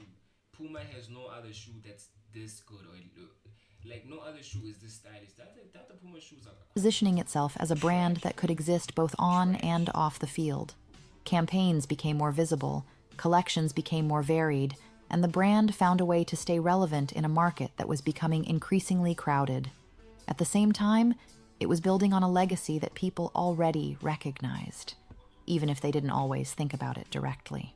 From the Puma King boots worn by Pelé and Maradona on football's biggest stages, to the suede quietly embedding itself into street culture, the brand had already created products that lived far beyond performance. They weren't just functional pieces anymore. They were part of how people dressed and how they identified. And for a while, it worked. By the 2010s, Puma had firmly established itself as one of the biggest names in global sportswear. Not number one, not even number two, but consistently right behind Nike and Adidas, holding that third position with a kind of quiet stability. It wasn't dominating the conversation, but it was always part of it. And that position came with momentum. The company continued to grow, expanding globally, strengthening its retail presence, and building a product mix that appealed to both performance-driven consumers and a wider, lifestyle-focused audience. High-profile partnerships and celebrity collaborations added another layer of visibility, helping Puma stay culturally relevant without completely losing its roots in sport. The clearest example of that was Fenty x Puma. In late 2014, Puma named Rihanna creative director of their women's division, and in 2015, the Fenty x Puma Creeper, a platform reimagining of the iconic suede, sold out immediately across every colorway and was named Shoe of the Year by Footwear News in 2016. Puma's sales jumped 17% in the quarter following the announcement. Rihanna went on to show collections at New York Fashion Week in 2016 and Paris Fashion Week in 2017, before the collaboration wound down in 2018. It was the most visible proof that the lifestyle pivot could actually work. And then, around 2021, everything seemed to peak. The brand was performing well financially. Its stock reached its highest levels. And for a moment, it looked like Puma had found the balance. Performance The brand was performing well financially. Its stock reached its highest Reaching 6.81 billion euros, driven by the Americans reaching performance levels. And for a moment, it looked like Puma had found the balance. Performance, lifestyle, and scale, all working together in a way that felt sustainable. It had history, it had visibility, it had position. And from the outside, there was no clear reason why that wouldn't continue. But that's usually the point where things start to shift. Because what looks like stability on the surface can sometimes hide something else underneath. Something slower, less visible, but far more structural. And for Puma, those cracks were already beginning to form. At first, those cracks weren't obvious. From the outside, Puma still looked like it was holding its position. The stores were there, the campaigns were running, the products kept coming. Nothing about the brand felt like it was collapsing. But underneath that surface, something more structural had already started to shift. Because while Puma had expanded into lifestyle, it slowly began drifting away from the one thing that had originally made it credible: performance. And in sportswear, that's not a small detail you can adjust later. It's the core of how a brand earns its place. Nike never let go of it. Adidas doubled down on it. Even newer brands entering the market were building themselves entirely around it. Puma, meanwhile, was starting to sit somewhere in between. Not fully performance anymore, but not dominant enough in lifestyle to compensate for that shift either. And that in-between position is where things get dangerous, because it becomes harder to define what the Stand a chance to win your share of 400,000 Rand in prizes with Stimroll. T's and C's apply. See ya. Remember the soccer game tomorrow. the brand actually stands for. That lack of clarity started to show up in how the business operated. The brand became more dependent on lifestyle products rather than performance-driven innovation, which meant it was no longer leading in the category that defined the industry. At the same time, it didn't have the same level of investment or visibility when it came to top athletes, something analysts pointed out as a key disadvantage. Fewer headline names meant less cultural impact, and less cultural impact meant less relevance over time. And then there was distribution. Puma became increasingly exposed in the wrong channels. Too present, too discounted, too easy to find. What had once been a globally respected sports brand started to feel overextended, with too many promotions and too little control over how the product was positioned. Even internally, that shift was acknowledged. The company's own leadership described the brand as becoming too commercial, overexposed in distribution, and overly reliant on discounting to move product. And all of this was happening while the competitive landscape was accelerating. Adidas had moved early on the retro sneaker wave, turning models like the Samba into global bestsellers and capturing cultural momentum months ahead of everyone else. Nike continued to dominate both performance and storytelling at scale. And at the same time, newer players like On Running and Hoka were entering the market with a completely different approach, focused, technical, and highly relevant to a new generation of consumers. Puma wasn't leading that shift. It was reacting to it. And over time, that difference started to show. Not in one dramatic moment, but in a gradual loss of ground, across product, across visibility, and across perception. Because once a brand starts falling behind in multiple areas at the same time, it's no longer just a positioning issue. It becomes a structural one. And by that point, the fall isn't sudden, it's already in motion. And eventually, that slow shift stopped being subtle, because what had been building underneath the surface for years started to show up in the only place that really matters: performance. Not on the field, but on the balance sheet. After peaking around 2021, Puma's position began to unravel at a speed that's hard to ignore. The brand has lost roughly 80% of its market value, shrinking to a fraction of the size of its closest competitors. What once looked like a stable number 3 in the global sportswear market suddenly started to feel exposed. And the numbers behind that shift tell the same story. By 2025, sales were declining, margins were under pressure, and profitability had flipped into losses. The company reported a significant drop in revenue, alongside hundreds of millions in losses, driven by a combination of heavy discounting, excess inventory, and a model that was no longer working the way it used to. At the same time, Puma's own releases, like the Speedcat, failed to generate that same cultural momentum. It wasn't that the products were bad, it's that they weren't leading anything, they were arriving late. And in a category that moves this fast, being late is enough to lose relevance entirely. The response from the company made it clear just how serious the situation had become. Under new CEO Arthur Hold, Puma announced a large-scale reset, cutting 900 corporate jobs, reducing its exposure to wholesale channels, pulling back on promotions, and actively trying to rebuild control over its own distribution. In other words, undoing the exact strategy that had defined the brand in the years before. But resets like that don't happen when things are working. They happen when the model breaks. And by this point, it had. Because when a brand loses clarity the years before. But resets like that don't happen when things are working. They happen when the model breaks. And by this point, this is the flyest Puma kick, dog. I would buy this shit. Like, I will buy this shit. It had. Because when a brand loses clarity, loses control, and loses momentum at the same time, the result isn't a temporary dip. It's a fall that forces the entire business to start over. What Puma is doing now is clear. What's less clear is whether it's enough. After the collapse, the company didn't try to grow its way out of the problem. It did the opposite. It pulled back, reduced wholesale exposure, cut down on promotions, and started rebuilding control over where and how the brand shows up. Less noise, more discipline. The idea is simple. If overexposure damaged the brand, then scarcity might be what restores it. But that strategy comes with a trade-off. Because the moment you reduce distribution and stop relying on discounts, you also risk losing visibility in the short term. And for a brand that has already been fading in relevance, that's a fragile position to be in. You're essentially betting that pulling back now will make the brand stronger later, without any guarantee that consumers will come back when it does. At the same time, Puma is trying to shift its focus back toward performance, not as a full reset, but as a correction.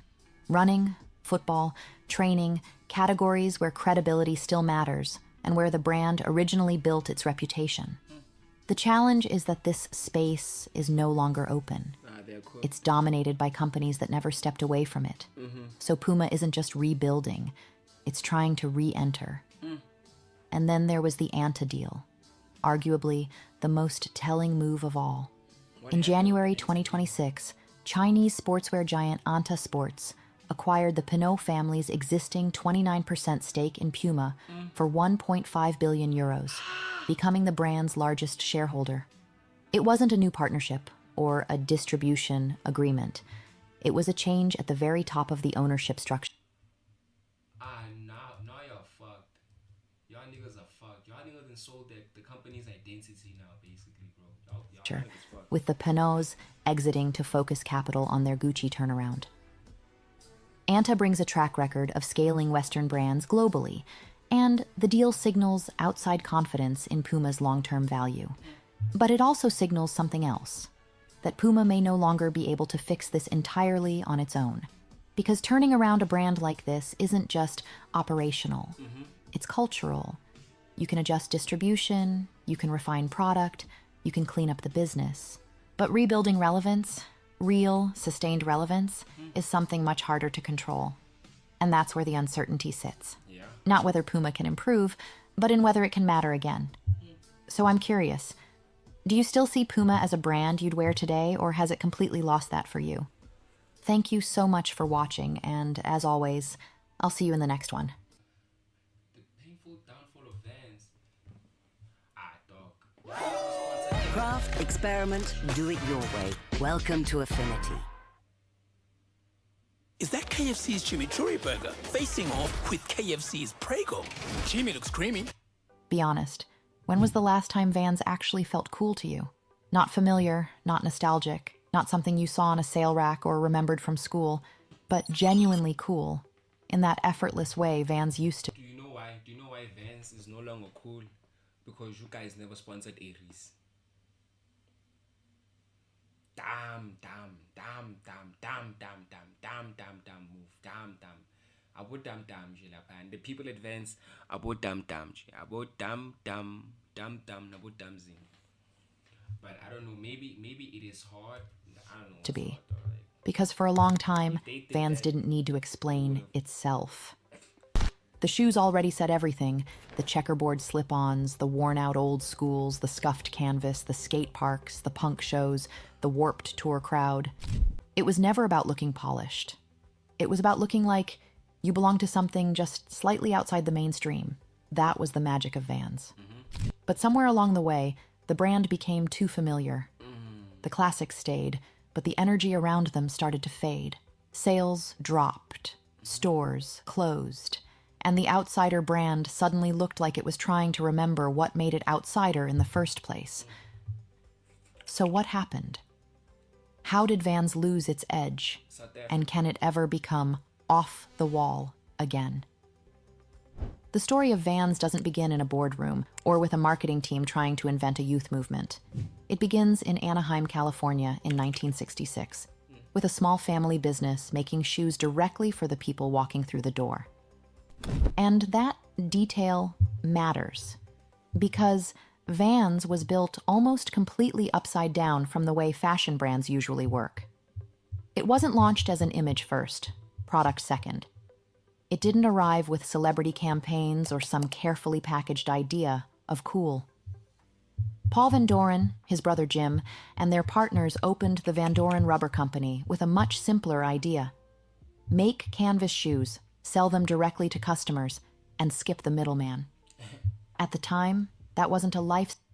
Skip the middleman. When was the last time you actually chose Puma?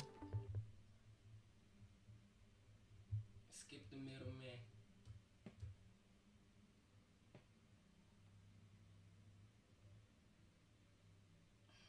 Making it out the mouth, little doom, or little D-money.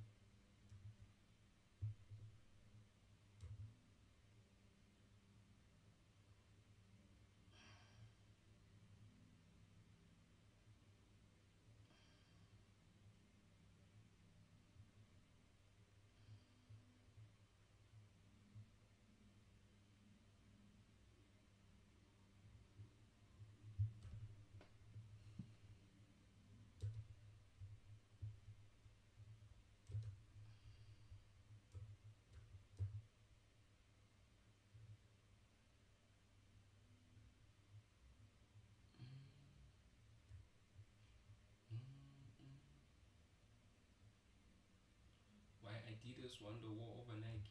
I can't even watch that video. You can already see, but I can put it here for me to watch later.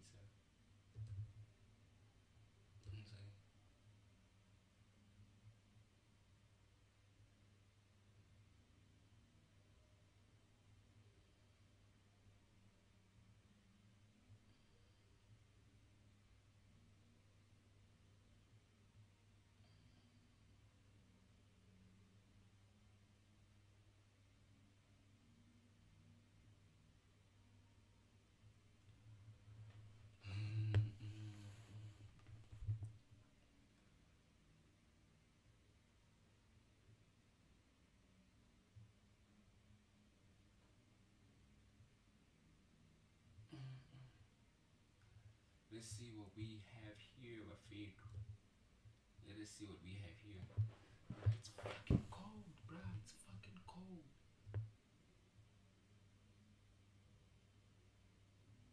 Who became evil after winning 4 Super Bowls?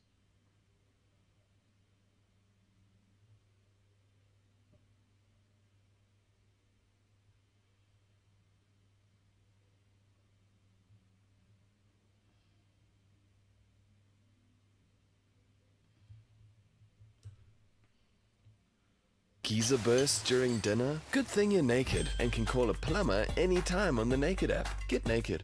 3 legendary Spur favorites served with golden chips and crispy onion rings for just $159.90.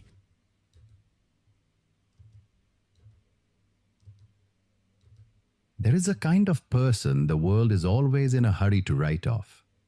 The one who does not rush, who does not strain, who seems to be doing far less than everyone around them. We call them lazy. We shake our heads. And sometimes we are completely, painfully wrong about. I'ma say this, bro. I'ma say this, bro.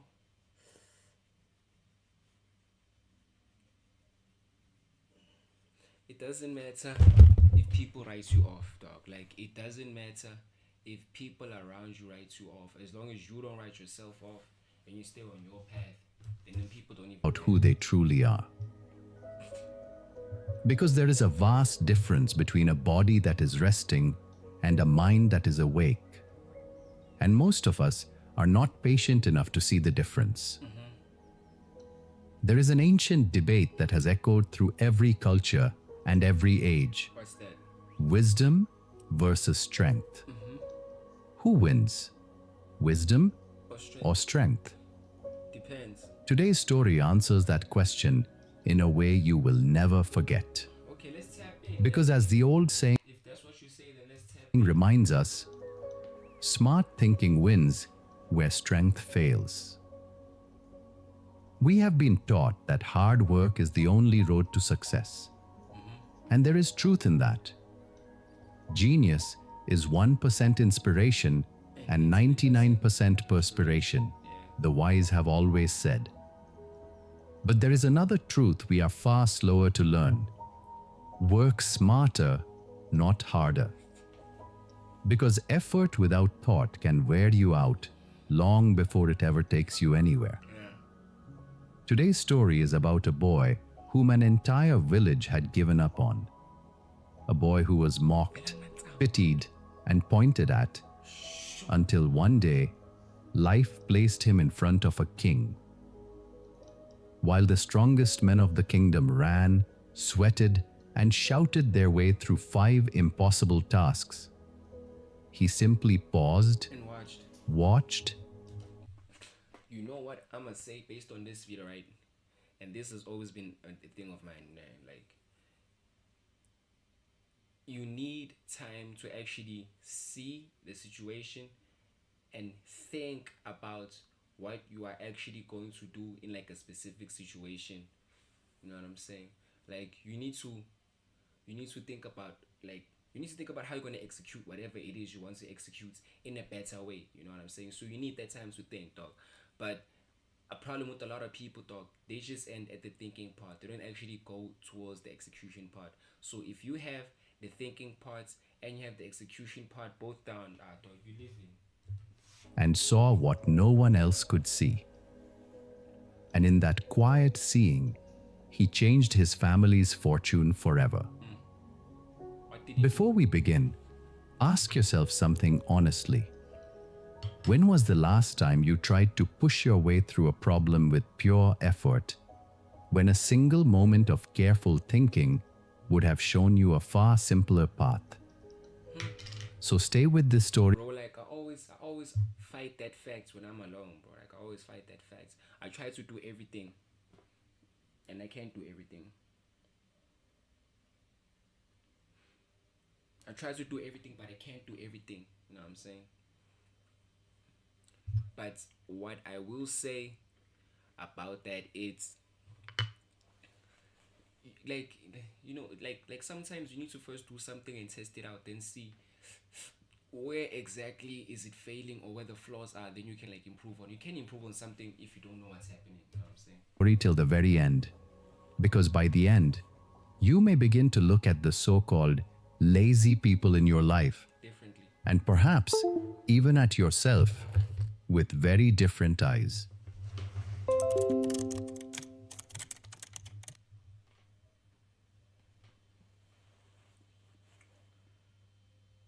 Long, long ago, in a This video is gonna take me forever to finish. small village at the edge of a great kingdom, there lived a young boy with his mother and father. Yeah? The boy was known to everyone in the village for one thing. What's that? He was the laziest soul anyone had ever seen. While the other children of the village ran, climbed, wrestled, and worked from sunrise to sunset, this boy did as little as a boy could possibly do. His only daily task was a simple one: to keep the birds from eating his father's rice crop. But even this small duty, he refused to do the way other boys did. The other boys ran through the fields with sticks and shouted at the sky. Some carried slingshots, some clapped wooden clappers until their arms ached. But this boy had built something different. What did he do? Across his father's field, he had planted tall wooden poles. Between the poles, he had tied long ropes. To the ropes, he had hung pieces of bright cloth, hollow gourds, and small bells. At one corner of the field, he had built a small shaded roof of leaves. And there, beneath the shade, Like, okay, but how can they say this guy is lazy if this guy builds this whole entire thing? He's not lazy, though. He just works differently. He's not lazy. he would lie on his back all day, holding a single rope in his hand. Now and then, with the smallest tug, the bells would jingle, the cloth would flutter, the gourds would knock against each other, and every bird in the sky would scatter in fright. Can you tell which one of us is real and which one of us is AI? How about now? Does this look real to you? If you thought I was AI, then you'd be right. And if you thought I was AI, then you'd also be right. The villagers shook their heads whenever they passed. "Look at him," they would say, "lying down while honest men work. That boy will never amount to anything." But what no one in the village ever This guy gives noticed no was fucks, this. gang. While he lay beneath his shade, the boy was always watching. He watched the birds. He learned which ones came at sunrise and which came at noon. He learned how birds moved in groups, how they called to one another, how they landed, how they flew away, and which sounds made them calm or afraid. He could close his eyes and tell you, from a single chirp, which bird was flying overhead. He had memorized the music of every bird in the field. But the village saw only a lazy boy lying down. His father quietly worried. "He scares the birds, yes," he would say to his wife at night. "But if I ever fall ill, who will care for the field? Who will feed us?" That worry came through one cruel summer. The rains failed, the earth cracked, and one morning, the boy's father did not rise from his bed. A heavy fever had taken hold of him. The full weight of the field fell upon his son's untrained shoulders, and within a few weeks, the crops began to die. The boy carried water from the well, but the sun drank it before the roots could. He tilled the dry soil, but his hands were soft and slow. He had never pushed himself before, and now, when it mattered most, he did not know how. One night, he sat alone beneath the stars and wept bitter tears, ashamed that he had let his family's hopes wither away with the rice. The very next morning, a royal soldier rode into the village on a great brown horse. He blew a long horn and called the villagers around him. The old king of the land, he announced, had grown weary, and his most trusted advisors had passed on. To find the cleverest young man in the kingdom, the king would hold a grand competition on the open ground beside his palace. The competition would last 5 days, one round each day, and the winner would be appointed the king's personal advisor for life. He would live within the palace walls, and his family would never again know hunger. The boy stepped forward before he could think. "I will go," he said. The whole village burst into laughter. "You," they cried, "the boy who lies down all day? You will stand before the king?" His mother looked at him with sad, tired eyes.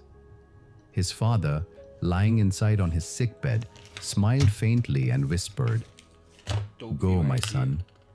Perhaps the path will teach you something."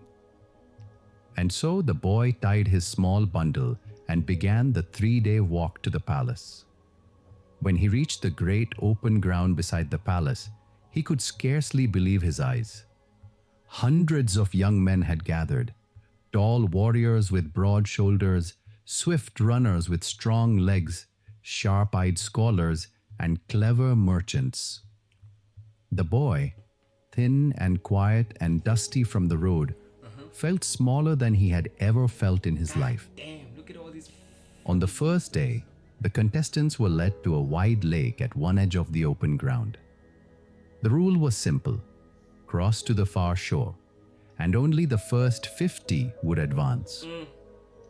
The horn sounded, and hundreds of young men threw themselves into the water. The lake churned like a stormy sea. The boy did not jump in. He looked at the lake. He looked at the trees nearby. Then he walked calmly into the woods, gathered broken...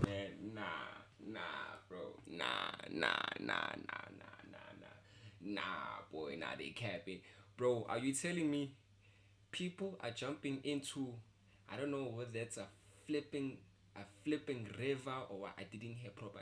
So you're telling me people are jumping inside of this shit and swimming for their lives as fast as they can to reach the shore, when you just calmly walk in, build an entire raft, then outpace all of them? Come on, bro.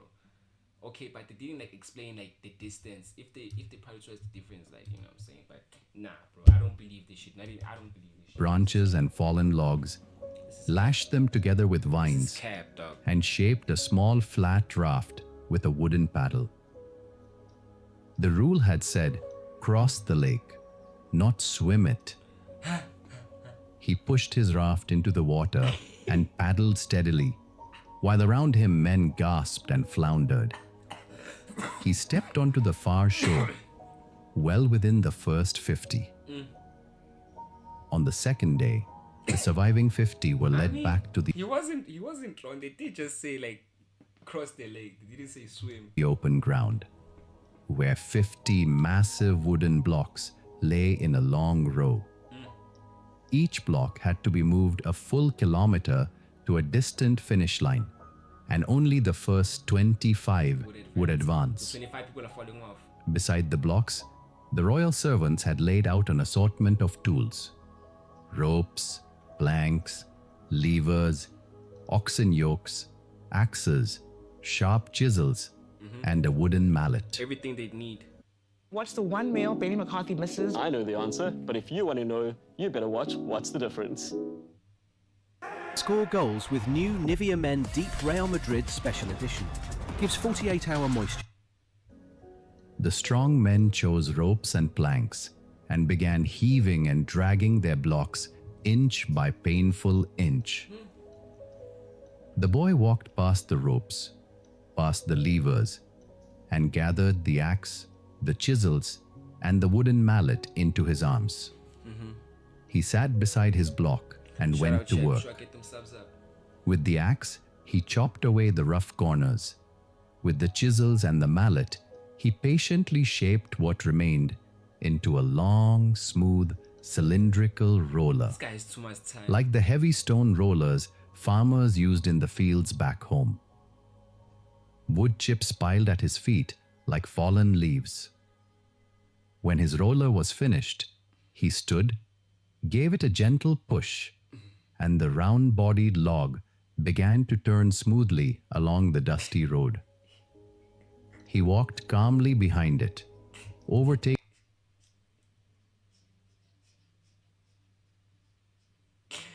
I don't die. I never shot on my cheat code. I never shot on my... Look at this guy has this shit on his back. This strong ass nigga just... This guy is like, man. Taking one straining contestant after another, and crossed the finish line easily within the first 25. On the third day, the remaining contestants were led to the royal garden beside the open ground, where 25 great stone tanks stood waiting. Each tank had to be filled with water from a distant well, using only a heavy clay pot, and the first 10 to finish would advance. The strong men ran back and forth, sweating heavily and spilling water with every stride. The boy walked to the far fence, where a stack of long bamboo poles lay drying in the sun. He sat down and split each pole lengthwise with a small blade, opening them into long, smooth, hollow troughs. He laid them end to end, building a narrow channel from the base of the well all the way to the edge of his tank. Where the bamboo met, he packed soft wet clay from the garden bed to seal the joints. He tilted the channel carefully, high at the well, low at the tank, and poured water into the high end. And the water flowed by itself, smoothly and steadily, all the way into his tank, while the others ran themselves into exhaustion. This guy.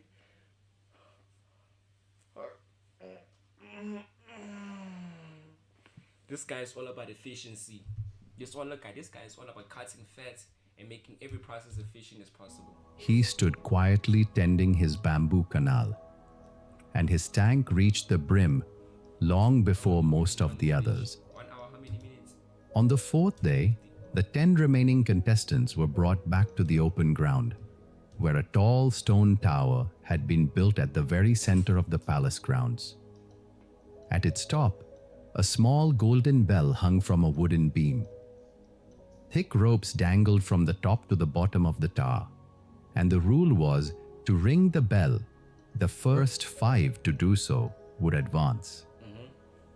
Strong climbers leapt at the ropes and began hauling themselves upward, while acrobats scaled the cracks between the stones. The boy walked instead to the pile of tools and chose a tall wooden bow and a single feathered arrow.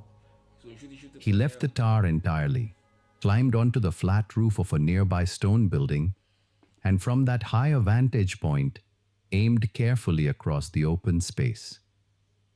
With one long breath, one slow draw, and one clean release, his arrow soared in a perfect arc and struck the bell squarely at its center. The deep ringing sound echoed across the palace walls. He had rung the bell first, without climbing a single step. On the 5th and final day, the last 5 contestants were led into the king's own private garden, where the king himself watched from a canopied seat. A royal keeper opened a small wooden cage, and out flew a beautiful crimson bird with golden tail feathers, the king's most prized garden bird, known across the kingdom for its dazzling speed.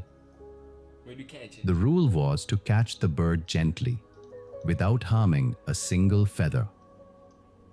The 4 of the contestants seized nets, slings, and long poles and ran shouting through the garden after the darting bird. The harder they chased, the higher and more frantic it flew. Get 2 large Saver Flavor pizzas for $179.80. Roman's Pizza, best value. The boy did not pick up a net or a sling. He scooped a fistful of grain into his palm and took an empty clay bowl. He walked to the pond at the center of the garden, knelt at its edge, and gently filled the bowl with cool, clear water. Then, holding the grain in one hand and the water bowl steady in the other, he stepped softly into the trees. And then he began to chirp. It was a soft, melodic call, the exact song of the little crimson bird, learned long ago in his father's rice field. While the village had been calling him lazy, the boy had been listening.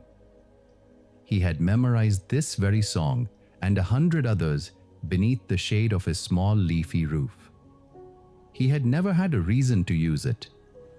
He was using it now, High in the leaves, the crimson bird stopped fleeing. It tilted its head. It heard one of its own, calling gently somewhere nearby, with no urgency, no fear. It flitted from branch to branch, drawn closer with every soft note, and then dropped, light as a falling petal, onto the boy's outstretched hand. It pecked happily at the grain. It dipped its small beak into the cool water and drank. It folded its wings and settled there, content. The boy closed his fingers around it as gently as a closing leaf and walked calmly back to the king, while the others were still crashing through the bushes far behind. What followed astonished even the oldest ministers of the court. The king rose slowly from his seat and walked with the boy out of the private garden and onto the great open ground where the entire kingdom had gathered to watch the final results. Standing before the enormous crowd, the king spoke aloud. The boy had not crossed the lake. He had floated across it. He had not pushed the block. He had changed its shape. He had not carried the water. He had let the water carry itself. He had not climbed the tower. He had aimed across it. And he had not chased the bird. He had made the bird come to him. Strength can be hired, the king said, his voice carrying across the open ground. Speed can be trained. Wealth can be inherited. But the eye that sees the simpler path, that is the rarest thing in the world. Then, to the gasping astonishment of the crowd, the king turned and signaled his soldiers. 2 figures were led forward from the gathered villagers, the boy's mother and father, brought quietly to the palace by royal escort that very morning. Trembling and tearful, the simple farming couple were guided onto the high stone stage beside the king himself. The king embraced them warmly before the eyes of the kingdom and turned once more to the crowd. "I came looking for an advisor," he said, "but I have found far more than that. A mind such as this is not meant only to stand beside a throne. It is meant to sit upon one." And there, in front of the thousands gathered on the open ground, the king announced that the boy would not only serve as his personal advisor, he would be wed to the king's only daughter, the princess of the realm, and named the rightful successor to the throne itself. The royal trumpet sounded long and loud. The crowd erupted in cheers and disbelief. And the boy's parents, who only weeks before had wept beside a dying field, now stood weeping again, this time in joy, beside the king of the entire kingdom. In the days that followed, the king sent his own physicians to cure the boy's father, and his own farmers to restore the dying field. The villagers who had once laughed came one by one to the father's house with bowed heads. His father only smiled and told them gently that his son had never been lazy. He had been watching, listening, and waiting for the day his eyes would be needed. And from that day forward, in the great palace, the future king sat.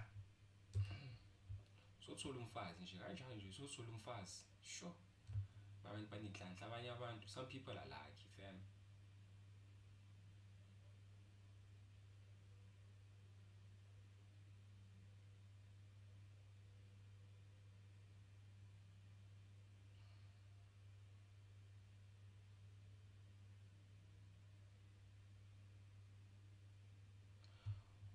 I remember this band used to be the shit. That dressed the dream.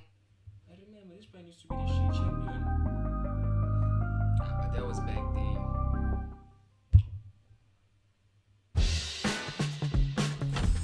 Cadbury Lunch Bar, made with much, much more. How does a brand that dressed the Dream Team end up fighting for space in the bargain aisle? That's the strange paradox of Champion. It was the American athletic brand, a century-old sportswear icon behind the Dream Team, the NBA uniforms, the college sweatshirts that defined an era. But prestige has a strange way of slipping through your fingers, especially when a brand stops understanding what made it powerful in the first place. Somewhere between the glory of the 90s and the chaos of the 2020s, Champion drifted from authentic sports icon to bargain store regular, caught between nostalgia and irrelevance. For a brief moment, it felt like they had a second chance, a streetwear-driven revival that suggested a comeback was possible. And yet, almost as quickly as it arrived, that momentum evaporated. So the question becomes unsettlingly simple. How does a century-old giant lose the plot so completely that its own parent company eventually classifies it as discontinued operations? Long before outlet racks and bargain aisles, Champion held a place in American culture that felt almost untouchable. Founded in 1919 by the Feinblum brothers, the company built its reputation through universities, high schools, and local teams, supplying durable athletic wear that became part of everyday American life. This wasn't fashion as we think of it today. It was function-driven sportswear engineered to last. When most brands focused on silhouettes or style, Champion focused on fabric weight, construction, and fit. That practicality became a kind of signature. The breakthrough was reverse weave, a technical innovation that prevented shrinkage and kept sweatshirts looking the same after years of wear. It didn't begin as a design statement, but it became one. By the 1970s and 80s, reverse weave sweatshirts were everywhere. In college bookstores, in locker rooms, in high school gym classes, on sidelines across the country. Students treated them the way they treated notebooks and backpacks, essential, familiar, and surprisingly sentimental. For generations, that small embroidered C on the sleeve became an unofficial badge of campus life. As Champion's footprint grew, so did its cultural presence. The brand wasn't just outfitting teams, it was outfitting the teams. Partnerships with professional leagues placed Champion at the center of American athletics, culminating in its most iconic moment, providing uniforms for the 1992 Olympic Dream Team. For millions watching around the world, those jerseys symbolized dominance, national pride, and a distinctly American kind of confidence. Seeing the Champion logo on that roster wasn't product placement, it was cultural validation. Even outside official sports, Champion threaded itself through everyday memory. Those heavyweight hoodies appeared in yearbook photos, training montages, early hip-hop fashion, and the kind of family snapshots that now feel nostalgic. It was a brand people trusted without thinking about it, reliable, consistent, and woven into moments they didn't know would matter later. This era, the late 80s into the early 90s, represented the height of Champion's identity. The sweatshirts weren't trend pieces. They were symbols of belonging, participation, and American athletic tradition. Champion stood for authenticity, durability, and the comfort of something that didn't need to change to stay relevant. For years, the place of Champion in American culture felt unshakable.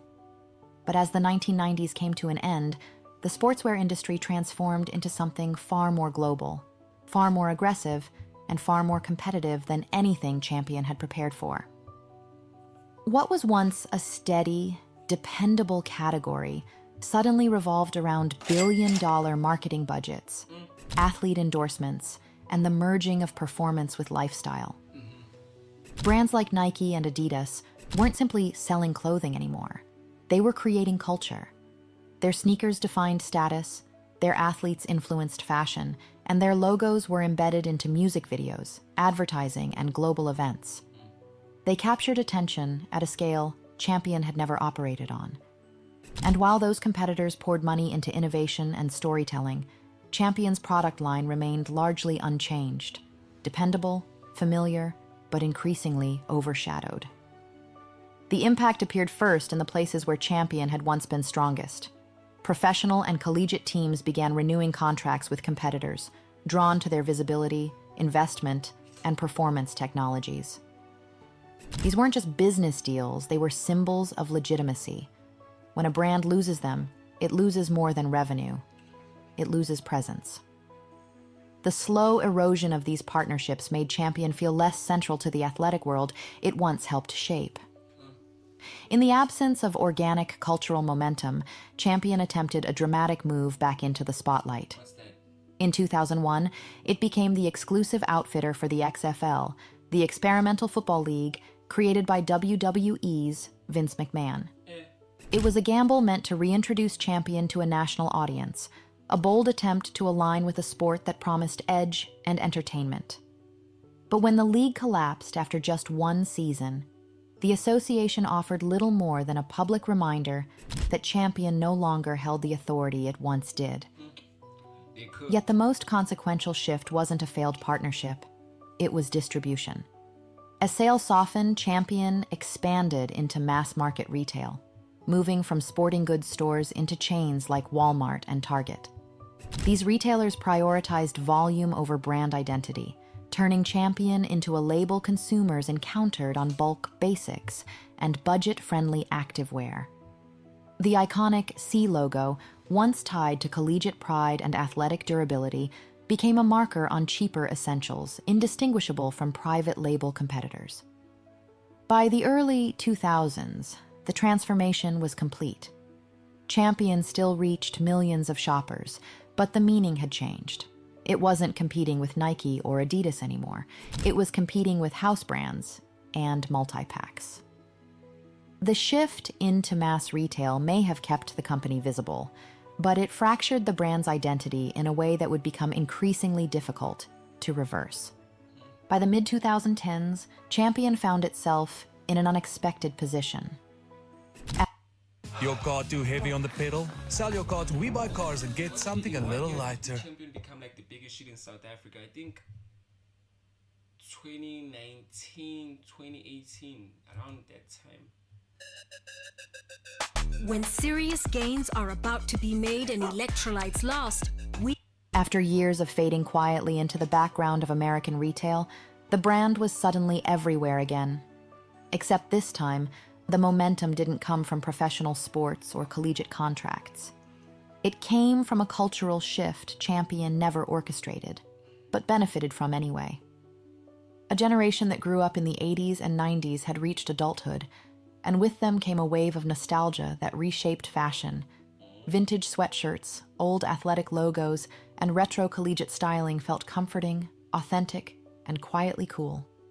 Champion's classic pieces, once dismissed as outdated, became coveted again, especially among younger shoppers who saw them not as basics, but as symbols of a past era they wanted to reclaim. Streetwear accelerated that transformation.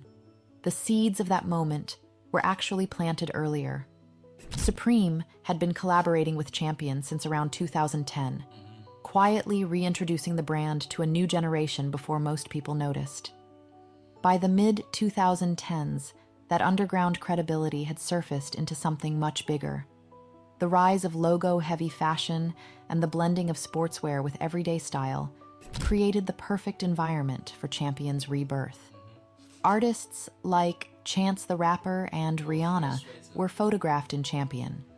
Collaborations with Vetements and Bape gave the brand's oversized silhouettes genuine fashion credibility. Resale platforms filled with vintage pieces from the 80s and 90s.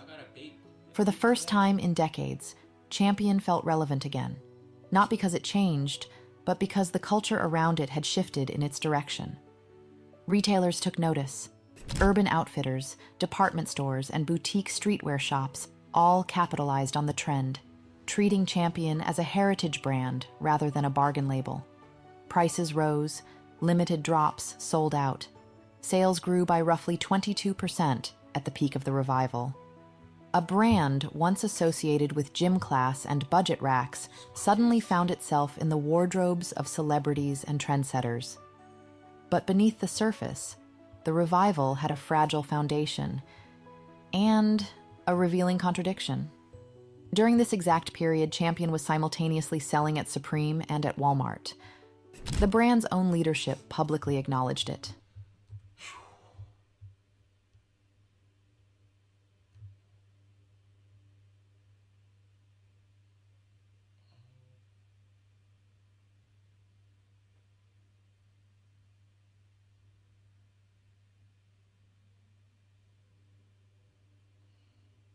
Yes, says who the fuck is this?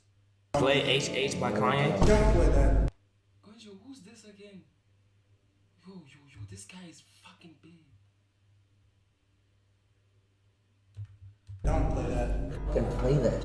If the chat says play it, because we listen to chat, and that's who pays us.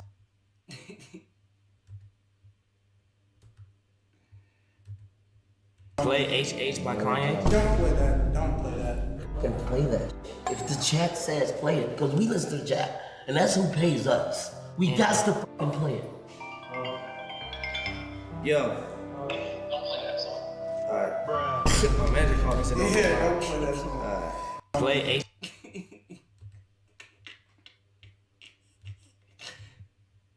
Yo, goddamn. They all watch for stuff like that. I just saw it happen on another part. Manager called and said, don't play any new music and only certain old songs. Crazy copyright laws in America. This wasn't because of that though. This was because of the lyrics. What were the lyrics saying? Word. He never said it was. He clearly was talking about other occasions. Bro, just let him have it. Word. Curation. As he should, like a hawk. Yeah, that's his job.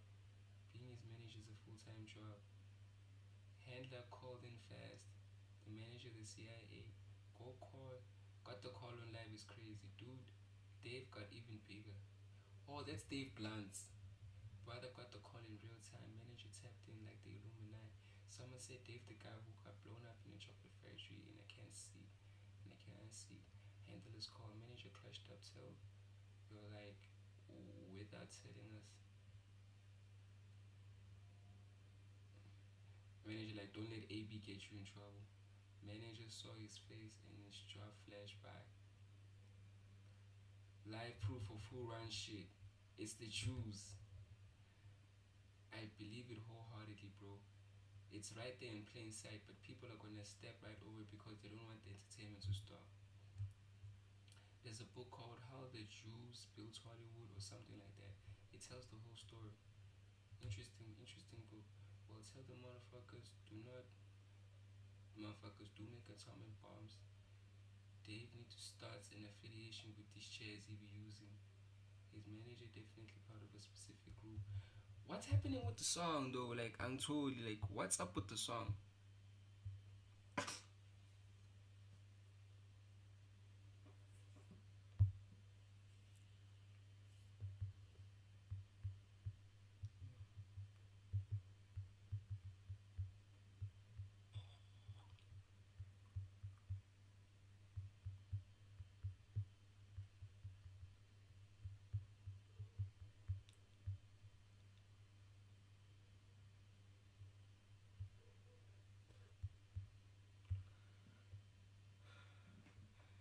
That's my only gripe, dog. Like,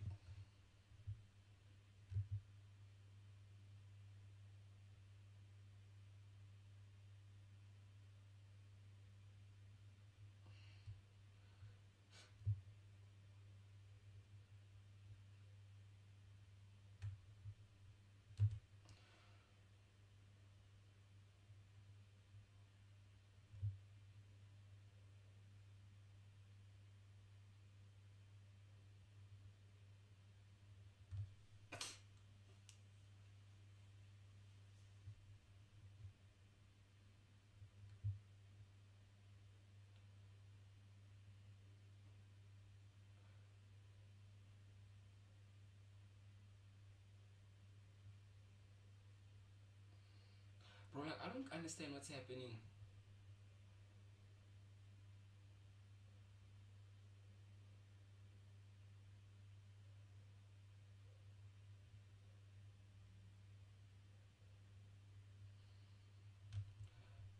I understand what's to go with the song. And the understand the unique ngoma.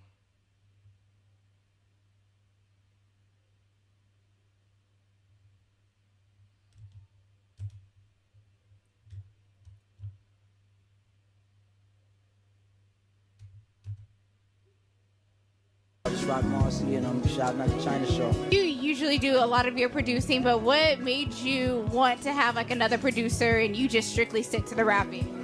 I just wanted to prove to Alchemist that I'm the better producer, so I just get this out the way with him real quick and get back what I did. Nah, for real, nah. It was like, honestly, it was long overdue, and you know, Alchemist was like somebody I always dreamed of collaborating with, do it for a project, so finally we sat down, because I made sure that he locked in to make beats for me. Don't just give me beats, but make beats for me. So, like, yeah, so I'm blessed. Did you take Oh, like, that's the fucking shit that be fucking... Like, bro, don't just give me beats, dog. Like, make beats specifically for the boy. Like, what is this, dog? Next thing you know, dog, you hear a beat, you already have a song and it's officially out, and you hear them reusing that same beat, and it's like... And you just like, wow. Wow. You crate digging? Because I know that he is like, he loves crate digging out in Amsterdam.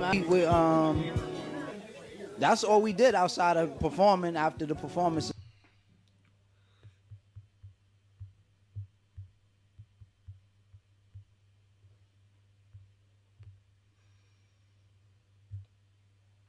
Get the money. Cause we dug, like we spent like maybe we might have did like 11 to 12 hours straight in one store. We just sat in there and we dug all fucking day, from the morning, from the time we got out to bed till it was time to like go to, till we was like exhausted. You know what I'm saying? I just rock Marcy and Rock Marciana, it's Marcy.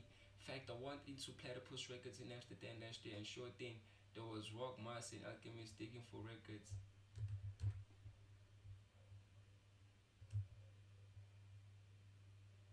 The background track is crazy. Which one is that now?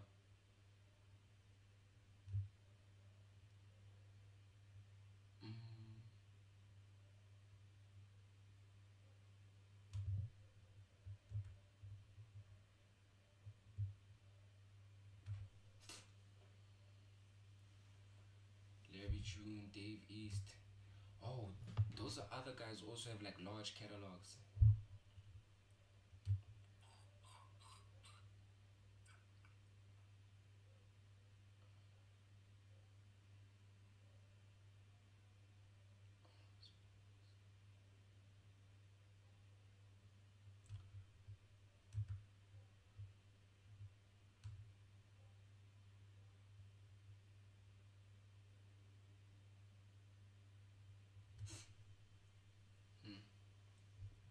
The shit like Kobe and Shaq.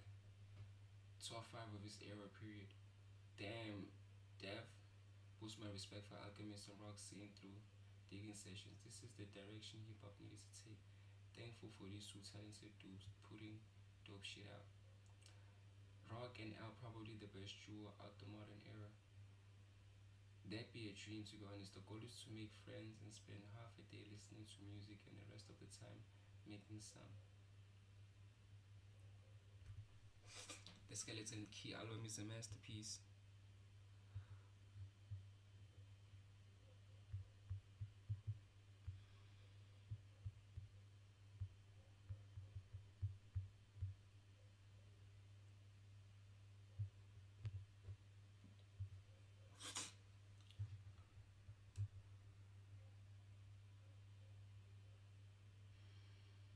Yeah, I need the name on the track playing.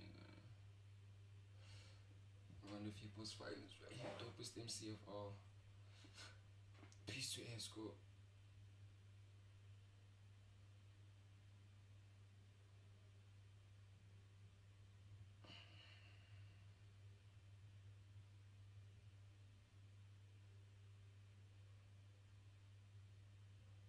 Oh shit.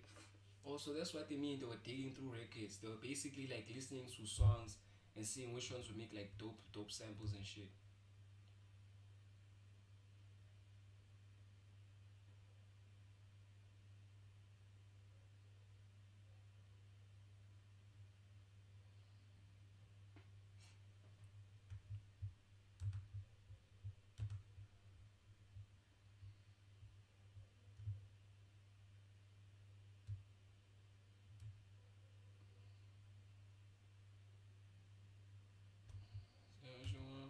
They've been killing it, man. I just hope that AB can keep it together enough to not ruin it. Nah, he'll ruin it. How long do you think they got there? Do you think they got to the end of the year? He'll ruin it. Nah, I think way before that. Well, I think AB definitely needed something like this. He did. Bro, he was on the ropes. He was on the ropes. He was more on the ropes, bro. He was outside the ring on the floor.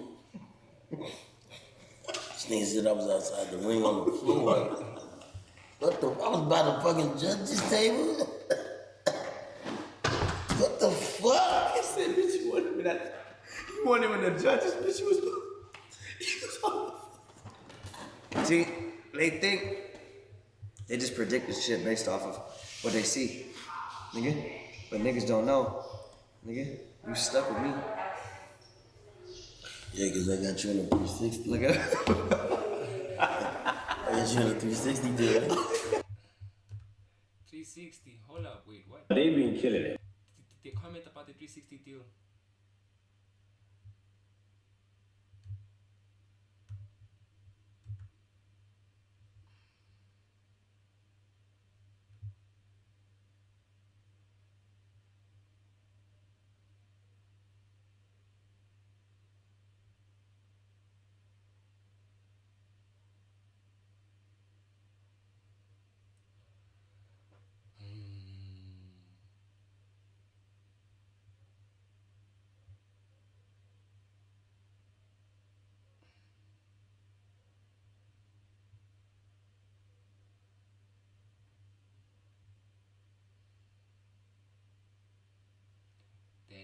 Ish, a real people.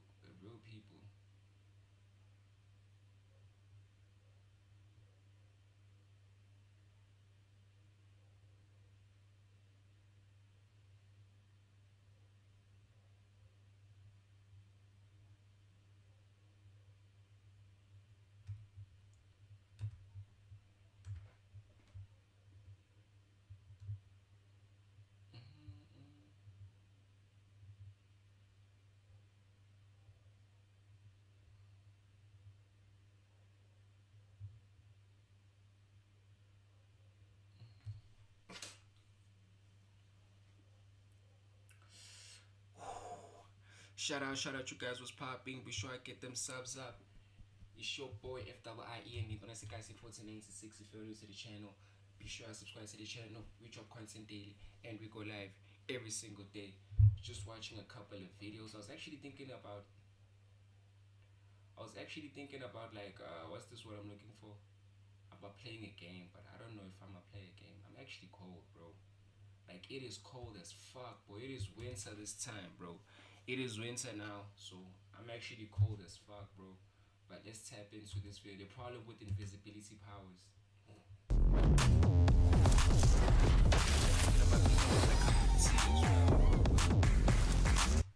Would too. Well, not your crush, but my own, which is your mom. Got it! Sorry for my momentary lapse of composure. Sadly, none of it would work. The second you turn invisible, your stained underpants are still visible, as well as the contents of your stomach and bowels. Oh, and you're suddenly completely blind. That's the version of this power the movie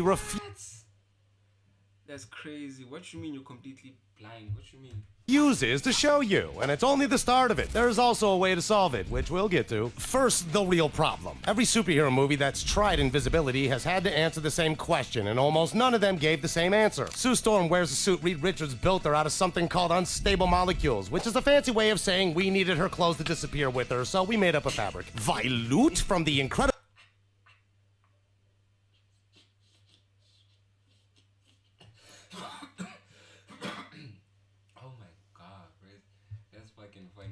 works the same way. Edna Mode designed her super suit specifically because Violet's regular clothes don't go invisible. Step out of the suit and she's a vanishing teenager in very visible jeans. The first Hollow Man went the other way and committed. Sebastian Kane is just naked. The 2020 Invisible Man cheated too. Adrian Griffin built a tech suit covered in micro cameras and projectors. 4 films, 4 different solves. Hollow Man is the only one that doesn't lie about it. Maybe Invisible Man didn't either. But that's not even the biggest problem. The biggest problem is the place where we have to give credit where credit is due. Because science walked through this years ago already, so go watch his breakdown if you want the full physics. But would you guys like to have like invisible powers or something? Me personally, man, nah. I would actually fancy flying powers, but then we already know flying powers, like if you go too high up, you're gonna faint, because the higher up you go, the thinner the air is. Physics is hard, and I'm stupid, so the short version is, to make yourself invisible, you have to redirect photons around your body so they don't hit anyone's eyes. But photons hitting eyes is also the only reason anything can see. Redirect them all around you, and none of them are hitting your eyes either. You're blind. Sue Storm sees perfectly fine across every Fantastic Four film. Violet sees fine. Hollow Man tried to address this with a line about Sebastian seeing through his eyelids, which is a sentence designed for the audience to nod and move on. Hey, hold up, is that what I'm trying to do every bit? Well, anyways, continuing. If light can pass through his eyelids, the audience should be able to see his eyeballs. They can't. The rule applies to everyone except the character on screen. After Sue goes invisible, she walks through halls without hitting walls. She lines up shots, she catches reactions on other people's faces, she dodges in fight scenes. None of this works without eyes. The film just hopes you don't ask. Even if you fix the clothes and the eyes, the world still finds you. Rain, snow, Axe Africa you got for Christmas that one time that you kind of didn't like, but it smelled kind of good. Anything in the air that lands on something invisible just paints the shape of it. Hollow Man actually plays with this. They spray Sebastian with water to see him. The film knows the rules, even if Sue Storm doesn't. Predator does it too. The original 1987 film has Arnold figuring out the cloak when near fire. I think that's how he figured it out. Maybe it was the rain. I don't exactly remember. The world doesn't care that you solved the photon problem. Throw a bag of flour into the room and you'll find any invisible person inside it. A spider web alone could give you away. You still leave footprints on everything you walk on because the ground doesn't care that you've gone transparent. Sherlock Holmes solves an invisible person in 15 minutes. Then there's everything inside you. The white monster you just drank is still poison until you absorb it. The Feastables bar in your stomach is still chocolate until you digest it. Everything in your veins and your gut and your bloodstream sits there as visible as it was a second ago. None of it knowing it's supposed to vanish too. Okay. I'm over-exaggerating here, but pure classic invisibility means an audience would see a floating Feastable. Hold up, goddamn. So everything inside, like, that's crazy, dog. Like, that's just crazy shit, gang.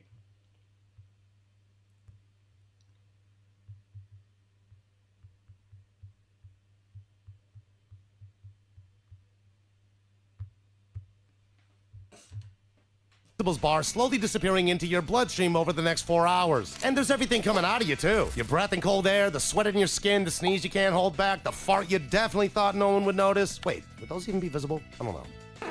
No movie acknowledges any of this, probably because it's hard to make Sue Storm cool when she's a floating cheeseburger who just sneezed. And after all of that, you're still completely visible to a thermal camera, which, because science has also pointed out before, and the man is right. Every human radiates heat constantly. The average body throws off about 100 joules of it every second, and any infrared sensor built in the last 40 years will pick it up. Modern banks, modern stores, modern apartment buildings, modern car garages, modern locker rooms, hopefully not those, but I'll soon report back if they do. And all of them have thermal in some form. The 1933 Invisible Man got to run around in England that hadn't invented this technology yet. Sue Storm in 2026 walks into a vault and shows up like a flare. Has any superhero movie addressed this? I don't know. Let me know. The hero just sneaks past the cameras and we're supposed to nod Mr. Incredible could just find Violet in a heartbeat with a phone. The cheapest baby monitor sees heat now. The power is being filmed like it's 1933 and the audience is being asked to play along. And if you somehow fixed every single one of these problems, get the clothes right, kept your eyes seeing, kept the world off your body, beat the thermal cameras, you'd still have a power that can't get any better than it already is. But there remains an easy fix. Trust me, we'll get there. First, you might be wondering, why can't the power get any better than it already is? Well, compare it to other powers. Strength gets stronger, speed gets faster, heat vision gets hotter and further. I guess magic gets weirder, even rage levels up. Hulk in the first Avengers movie is angry. Hulk in Endgame is solving multiverse equations in his living room. Thor goes from swinging a hammer in his first film to summoning a Starforged axe to the Bifrost. Doctor Strange spends 3 films learning bigger spells until by Multiverse of Madness he's controlling corpses and time itself. Every other superpower has a ceiling above it for the hero to climb across 3 movies, allowing both the power and the character to evolve with it. Invisibility doesn't. Yar?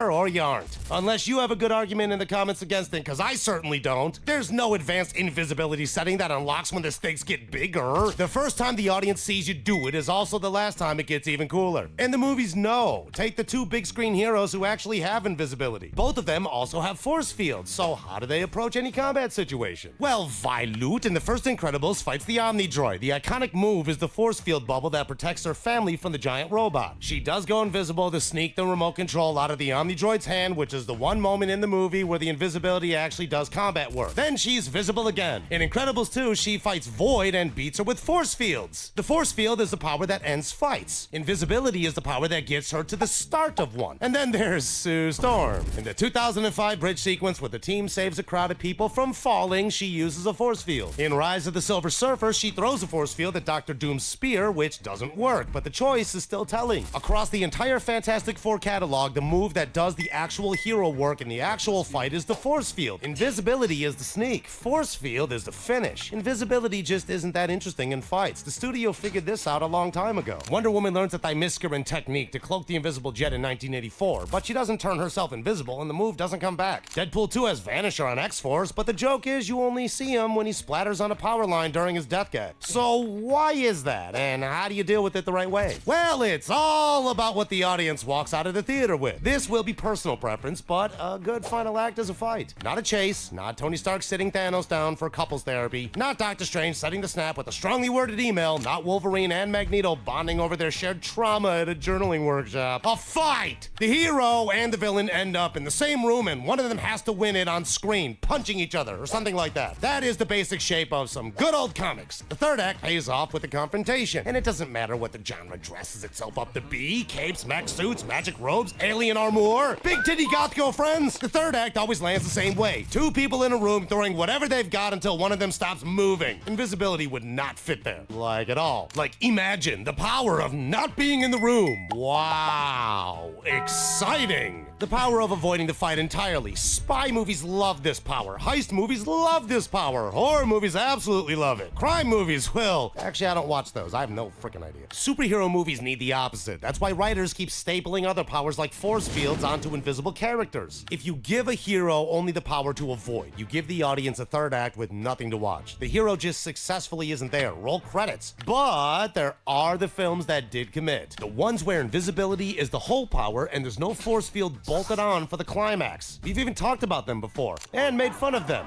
Okay, just let me show you. Sebastian Cain in Hollow Man starts as a scientist. The minute he's invisible, he uses it to spy on his neighbor, then break into her apartment, then assault her, grab titties, then murder his way through his own team. By the end, he's the threat the audience is rooting against. Adrian Griffin in the 2020 Invisible Man uses the power to torment his ex-girlfriend, as they all do, to gaslight her, to attack her sister, to frame her for